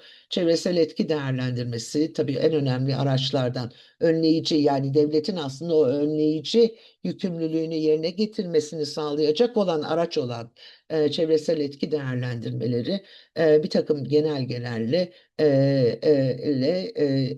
o kümülatif etkiyi ölçmek yerine aslında parçalayan ve parça parça bakan ve bu parçalılık içerisinde de bu tür yatırımların yoluna devam etmesini, bu tür politikaların devam etmesini sağlayan bir zemin oluşturuyor. Dolayısıyla yani bu karşı karşıya kaldığımız şey çevresel etki değerlendirmesi sırasında halkın halk toplantıları biliyorsunuz onun bir parçası ama maalesef onların hepsi de aşılmış vaziyette. Etkili bir katılım yok ve gerçek anlamda hani şey yok. Halkın kendi yaşam alanını korumasını sağlayabilecek, karar alma süreçlerini etkileyebilecek gücü elinden alınmış vaziyette. Böyle bir sistematik içerisindeyiz. Sağlık etki değerlendirmesi Çiğdem Hoca altını çok güzel çizdi. Eğer sağlık etki değerlendirmesinin yapılmıyor olması da yani ÇED'in böyle hani hem parçalanarak kullanılıyor olmasının ortaya çıkardığı sonuçlar hem de onun yanı sıra sağlık etki değerlendirmesinin yapılmıyor olması pek çok sorunun sorulmasını ortadan kaldırıyor. Yani insanların sağlığını nasıl etkileyecek, kim daha fazla etkileyecek, kim risk altında meseleleri ki burada iklimle de buluşturabiliriz bunu. Dolayısıyla görünmez hale geliyor. Görmediğiniz bir şeyi zaten hani onun üzerinde bir şey yapmak durumunda kalmazsınız. Onunla ilgili olarak bir politika oluşturmazsınız. Bu işte TÜİK bir istatistik yayınlıyor. Bu istatistiğin şey bakımından ne anlamı var bunu kimse konuşmuyor artık.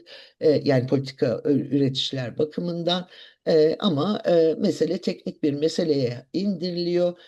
İşte enerji dönüşüm, maliyetler, emisyonlar konuşuluyor ama buralarda verilen hedefler ve şeyler başka şeylerle, başka politikalarla başka yerlere doğru kaymaya başlıyor.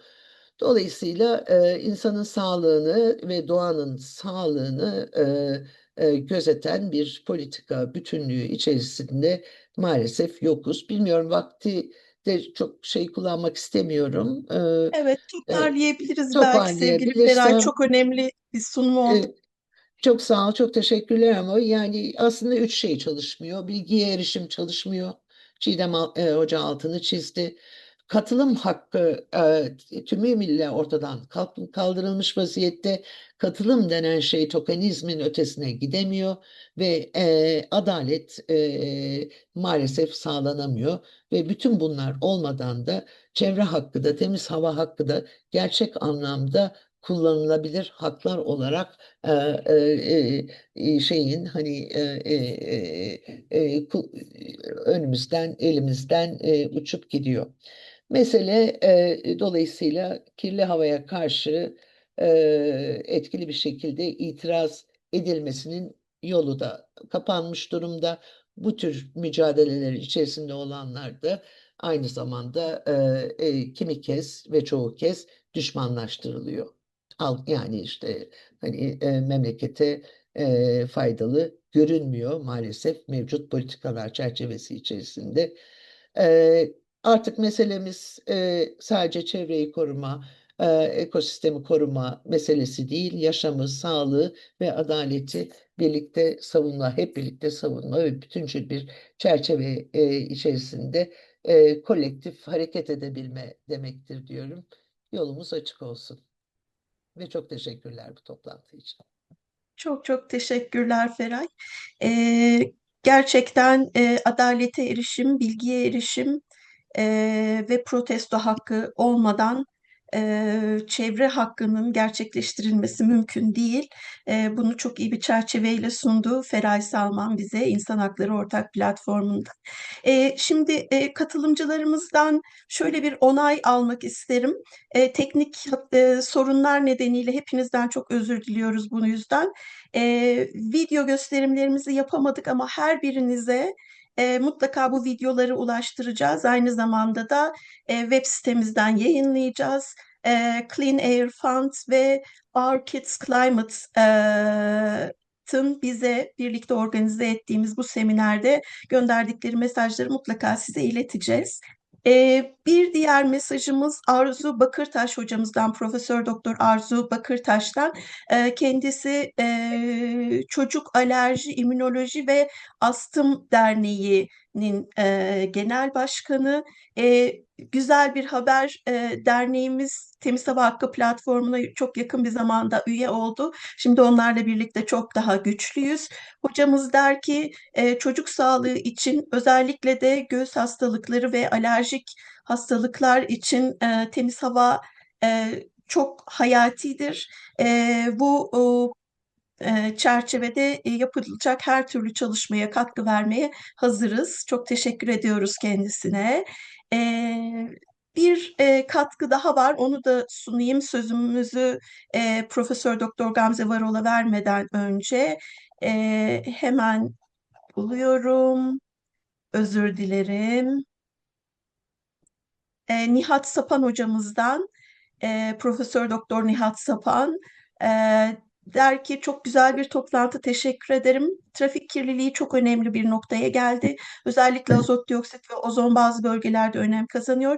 Kent planlamasında bu nokta dikkate alınmalı. Halkın bilgisini arttırmak ve ilgisini çekmek çok önemli. Haklısınız hocam. Biz de yaptığımız, kara raporda yaptığımız analizlerde özellikle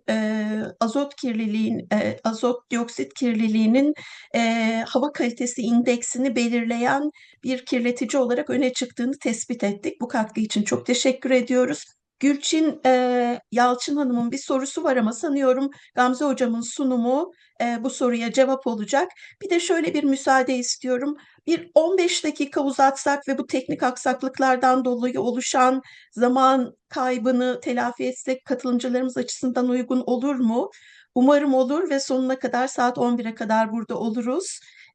Anlayışınız için teşekkür ediyorum ve sözü Profesör Doktor Gamze Varol'a vermeden önce çok hızlı bir şekilde kendisinden bahsetmek istiyorum.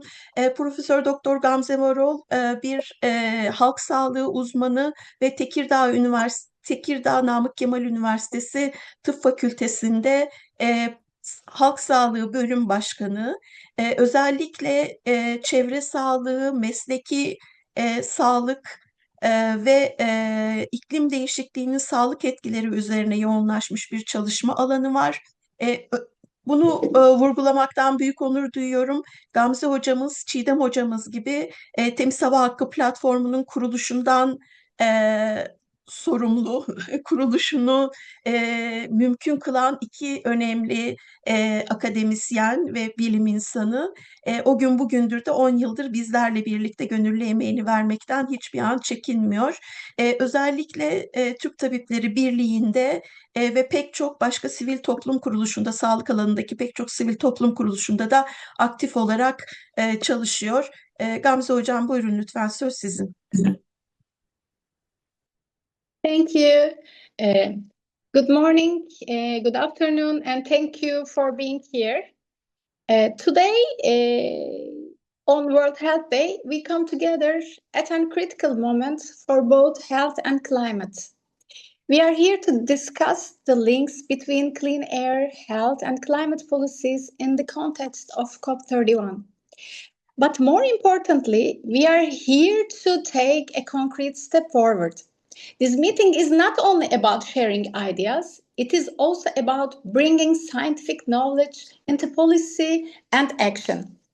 As we heard in previous presentations, climate change and air pollution are closely linked. They are reinforce each other and create serious impact on health. So today, the question is not whether this problem exists. The real question is how we will respond to it. This year, World Health Day reminds us something important. Protecting health is not only about healthcare service. It also depends on environmental and social conditions. And clean air is one of the most fundamental of these. However, health is still not at the center of climate policies. Turkey's role as the host of COP31, as you know, creates an important opportunity to change this. But the key issue is not only whether health will be included. The key issue is how health will be positioned. Health should not be only a separate topic. It should also be integrated into both mitigation and adaptation policies. In this context, we would like to highlight our main expectations for COP31.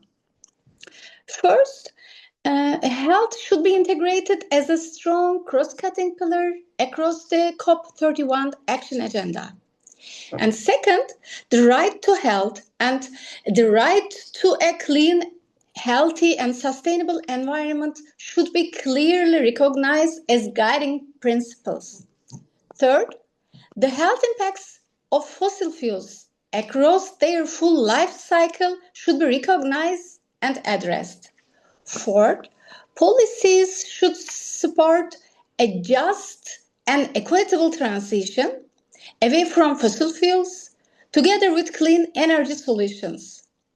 And fifth, climate actions should provide both immediate and long-term health benefits, including improvements in air quality, waste management, water, sanitation, and sustainable food systems, etc. Sixth, countries should be encouraged to include health and air pollution in their climate plans, including their nationally determined contributions.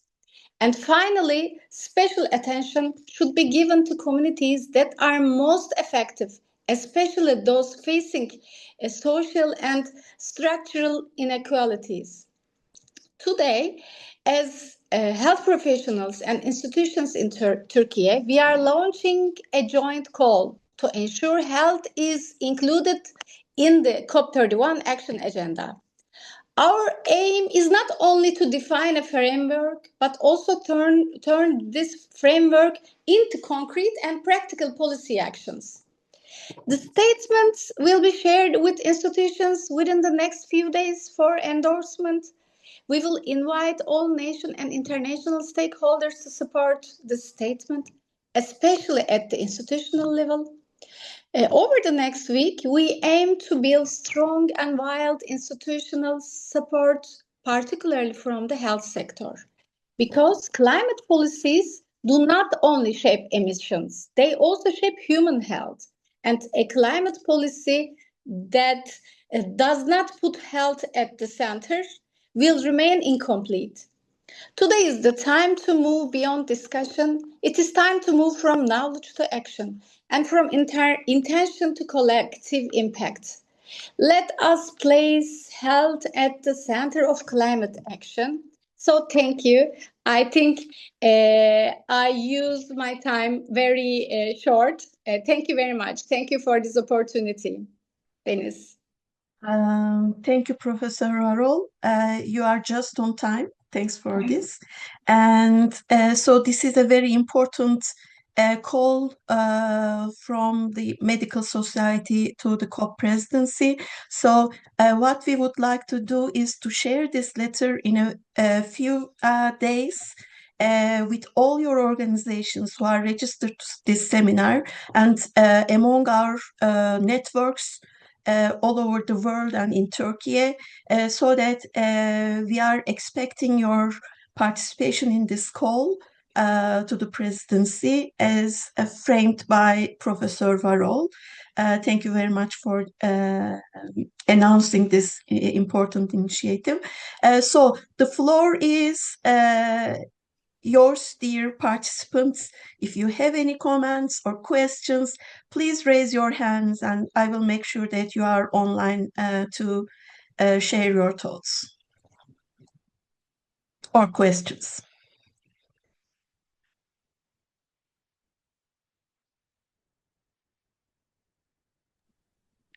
Deniz, there was a question Evet. previously by Gülçin Yapıcı asking about the Right to Clean Air platform's COP31 agenda, what we are. Maybe you can also, yes, we talked about the letter, of course, but maybe continue with the other plans, not only for Yes. 31, but also the process while we are going to COP31.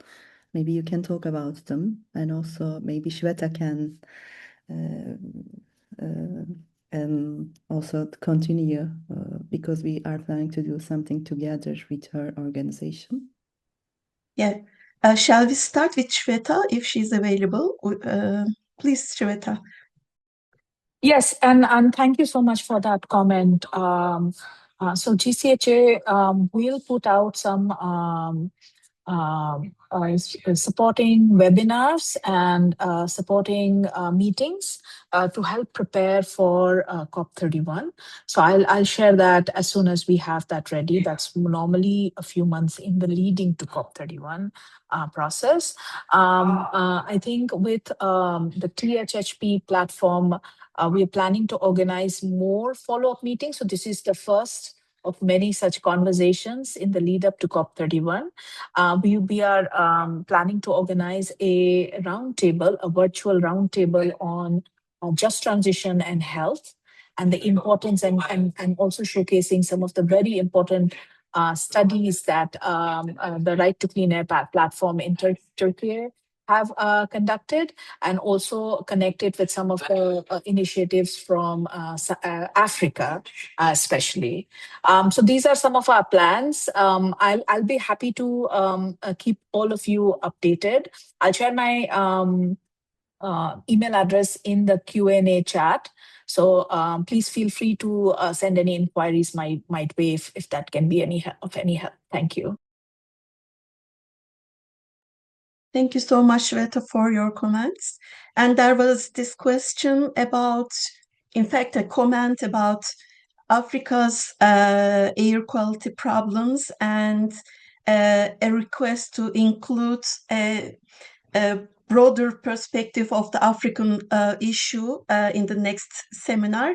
We noted that and passed the information to Shweta, thanks to her international networking, but she also mentioned that we will be approaching the African medical and environmental societies to see what kind of partnerships we can develop towards COP31.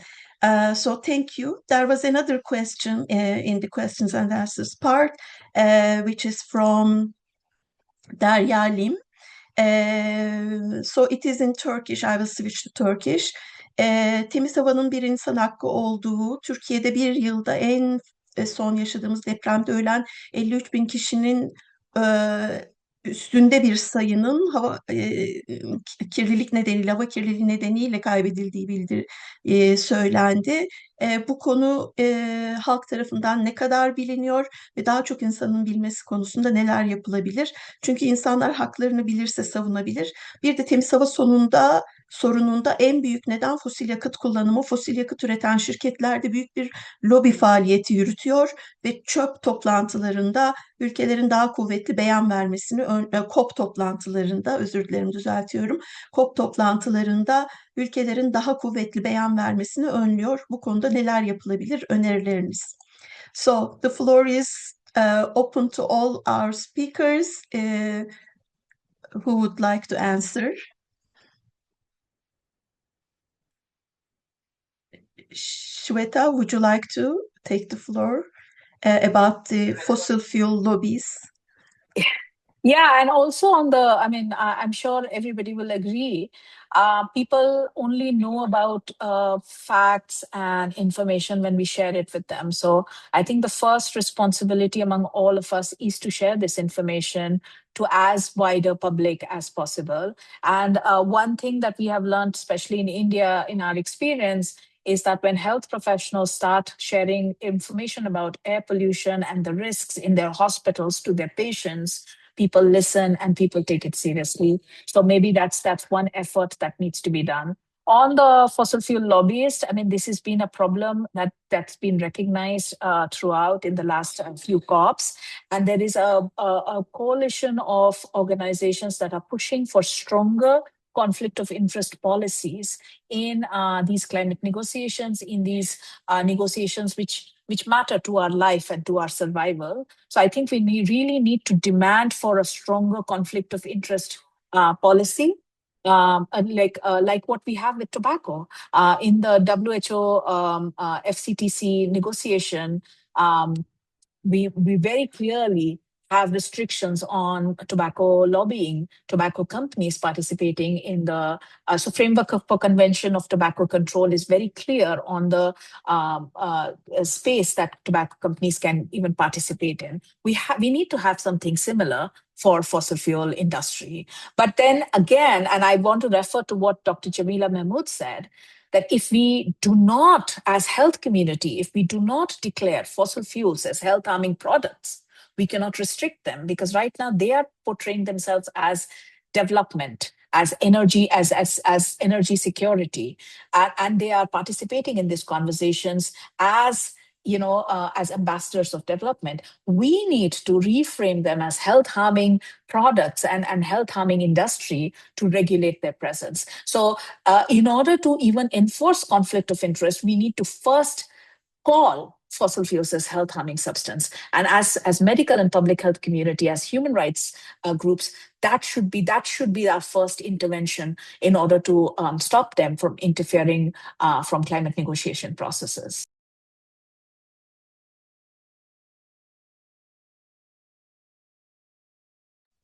I'm sorry. Thank you so much, Shweta.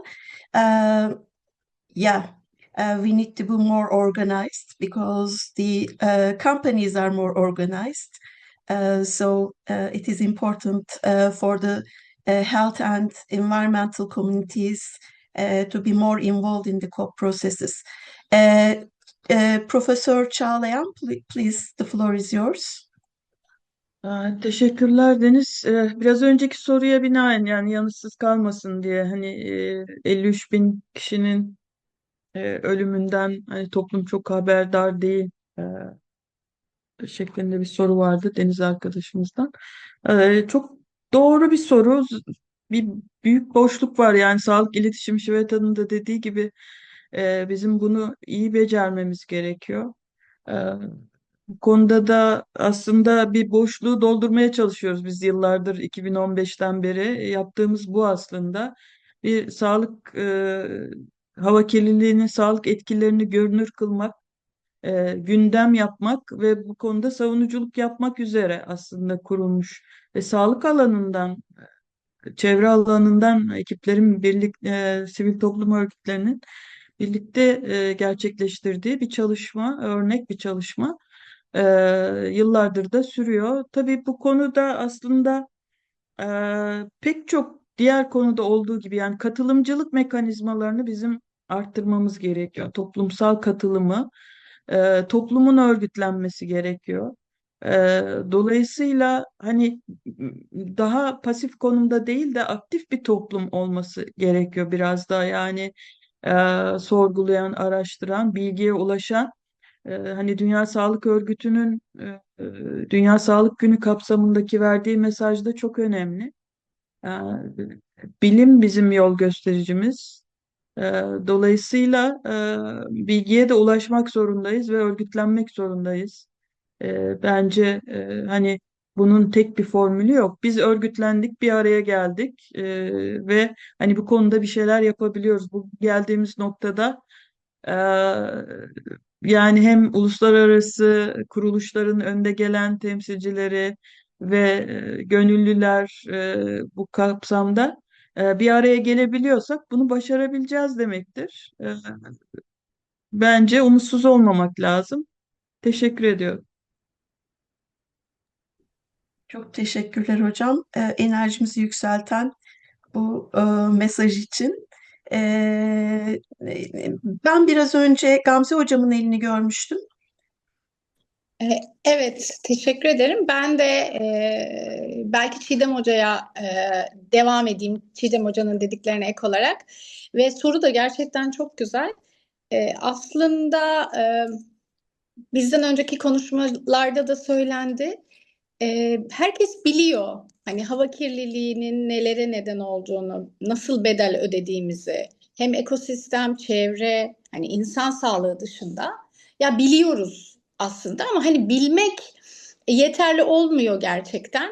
Bunu eyleme dönüştürmek mevzunu bir oturup konuşmamız lazım. Bir de acaba gerçekten biliyoruzu da konuşmak lazım. Bu bilgiyi yeterince biz de yayabiliyor muyuz? Çünkü temiz hava mücadelesinde yaptığımız etkinliklerde, sunumlarımızda yani yurttaşlarla bir arada bulunduğumuz sürece bilim dilinden çok farklı şekilde algılanabildiğini anlıyoruz. Sağlık iletişimi gerçekten çok farklı. Sağlık iletişimcileriyle belki bunları yürütmek iyi olabilir.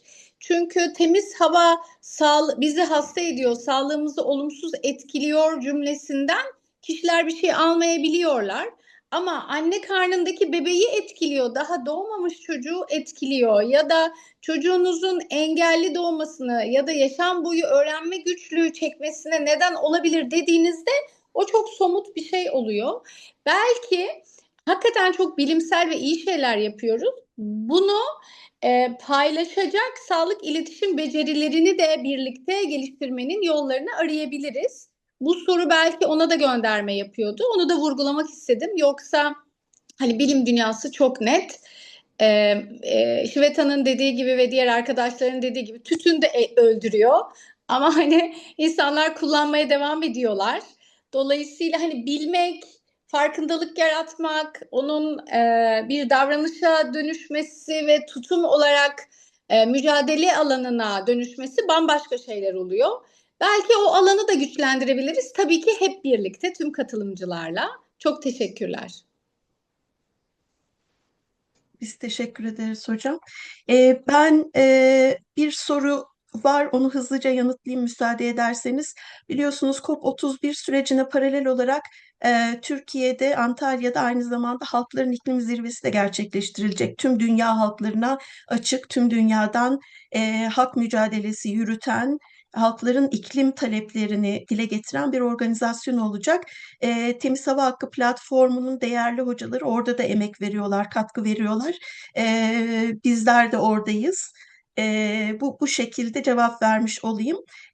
Şimdi son sözleri için ben Profesör Doktor Alpay Azap hocama söz vermek isterim. Hocam bir şeyler söylemek ister misiniz kapatmadan önce? Yani tekrar çok teşekkür ediyorum bu güzel toplantı için. Ayrıca Temiz Hava Hakkı platformuna da bugüne kadarki Türkiye'de götürdüğü başarılı çalışmalar için de çok çok teşekkür ederiz. Hem bir vatandaş olarak bu ülkede yaşayan hem de bir hekim olarak halk sağlığı için çok çok kıymetli bu yaptıklarınız. O yüzden çok teşekkürler. Evet, yani örgütlenmeden bu iş olmaz, bir araya gelmeden bu iş olmaz. Yani o yüzden biz Türk Tabipleri Birliği olarak hep sağlıklı toplum örgütlü toplumdur diyoruz. O yüzden ne kadar çok örgütlenebilirsek o kadar iyi. Bu örgütler birbirlerine kadar haberdar olabilirse o kadar iyi. Mesela tam şu an şu saatte Anayasa Mahkemesi'nin önünde Akbelen köylülerinin bir eylemi var. Ama maalesef hani duyuru çok yeterli olmadı. Bir yandan da bu örgütlenmenin araçlarını herhalde çeşitlendirmemiz gerekecek. Haberleşmenin araçlarını çeşitlendirmemiz gerekecek. Hani bu konuya ilgi duyan birisi olarak, işte bir demokratik kitle örgütünde yöneticilik yapan birisi olarak benim bile dün gece geç saatlerde bu eylemden haberim oldu örneğin. Benim eksiğim olabilir ama dolayısıyla bizim bunlara da çok kafa yormamız lazım. Bu sadece Türkiye ölçeği değil, belki dünya ölçeğinde de bunu nasıl yapacağımıza dair bir şeyleri düşünmek gerekir. Nasıl daha iyi haberleşebiliriz, nasıl daha iyi bir araya gelebiliriz, nasıl daha iyi örgütlenebiliriz. Ama hani düşündüğümüz zaman bir 10 yıl öncesine göre çok çok iyi bir noktadayız. Ama daha hala alacağımız çok mesafe var diye düşünüyorum. Emekleri için herkese, konuklarımıza, yabancı konuklarımıza da çok teşekkür ediyorum Türk Tabipleri Birliği adına. Çok teşekkür ederiz hocam. Müsaade ederseniz son iki konuşmacımıza da son sözlerini sormadan önce e, yurt dışından katılan katılımcılarımız için küçük bir bilgilendirme yapayım. I would like to make a small contribution so that the participants from outside Turkey can understand some of the discussions. There was a couple of references to Akbelen case in Turkey. A small village community is struggling against an expansion of a coal mining in southwest part of Turkey, where there are three coal-powered power plants, coal-fueled power plants, and they are struggling for more than 6 years to stop the coal mining. So this is really an important action point for us in Turkey. There was so many references because of the struggles, continuing efforts to stop the coal mining. This is what I want to share with the participants from outside Turkey. And for the last words, may I ask Feray and Melike, please take the floor. Valla son söz ben galiba biraz söylediğim gibi bir her şeyden önce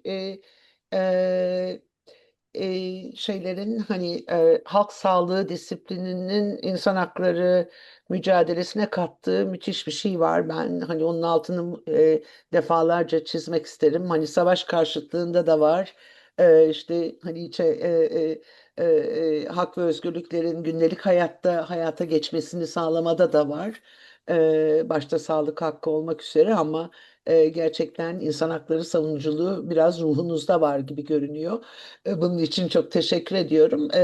Bu bizim için çok önemli bir şey. Yani biz tabii ama aynı zamanda Türkiye'deki insan hakları mücadelesi, yani ifade özgürlüğü, işte toplantı gösteri özgürlüğü, protesto hakkı, adalete erişim gibi meseleler de aslında bu ve şeyin birbirine olan katkının çoğalıyor olması lazım. Bu başka türlü halledebileceğimiz bir mesele değil. Çünkü karşımızdaki güç hem popülizmin, otoriterliğin hani giderek küresel ortamda da arttığı ve insan haklarına yapılan saldırının da karşısında hep beraber durabileceğimizi düşünüyorum. Bunun hem insanların yaşam hakkını ya da hani sağlıklı bir çevrede hem de doğanın haklarını koruma bakımından çok önemli bir şey olduğunu düşünüyorum.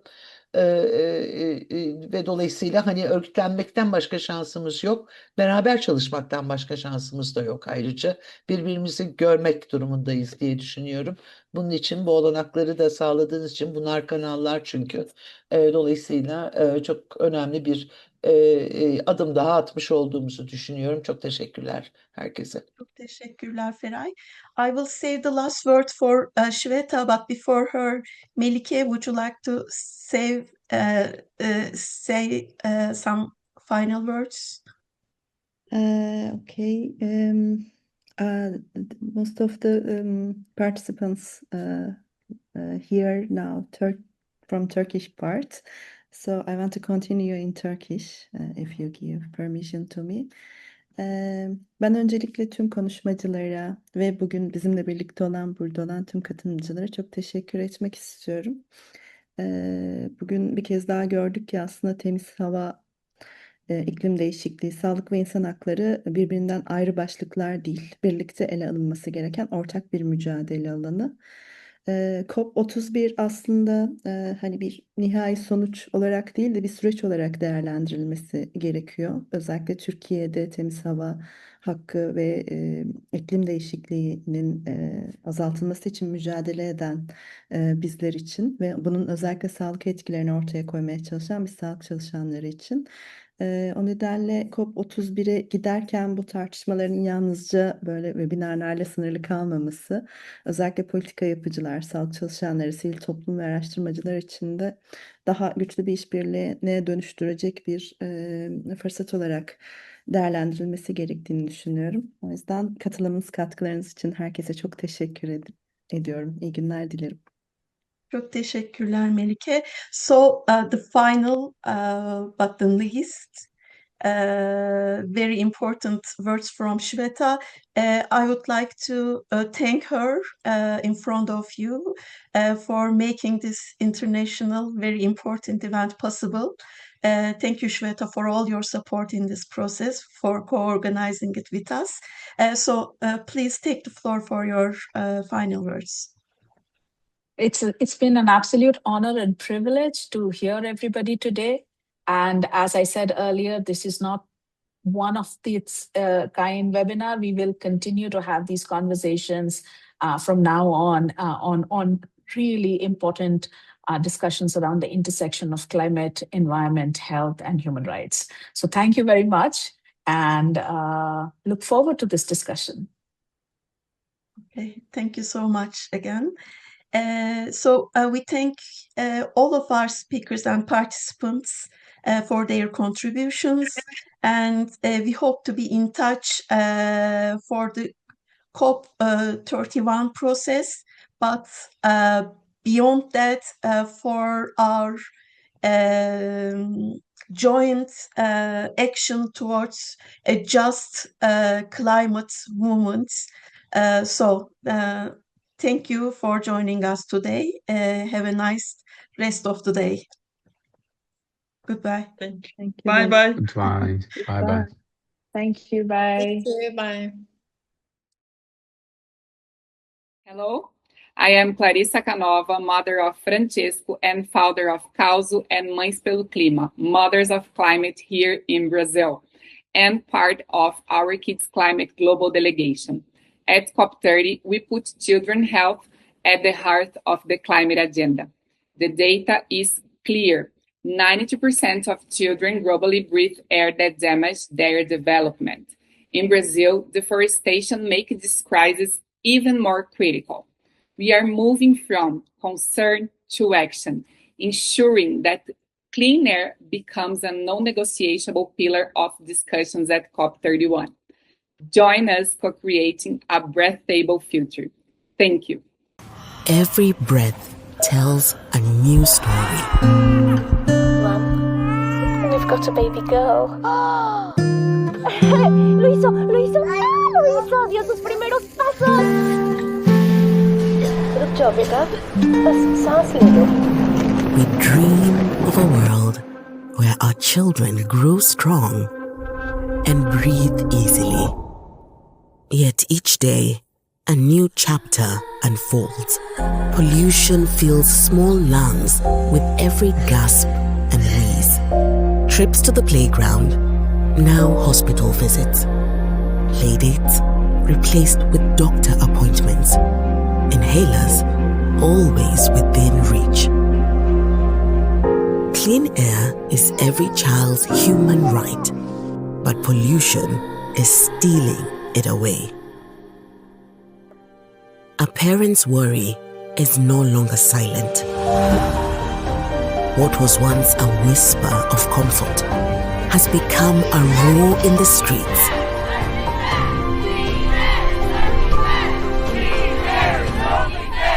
Demanding the air their child deserves. This isn't just a fight for clean air. It's a fight for the breath of life itself.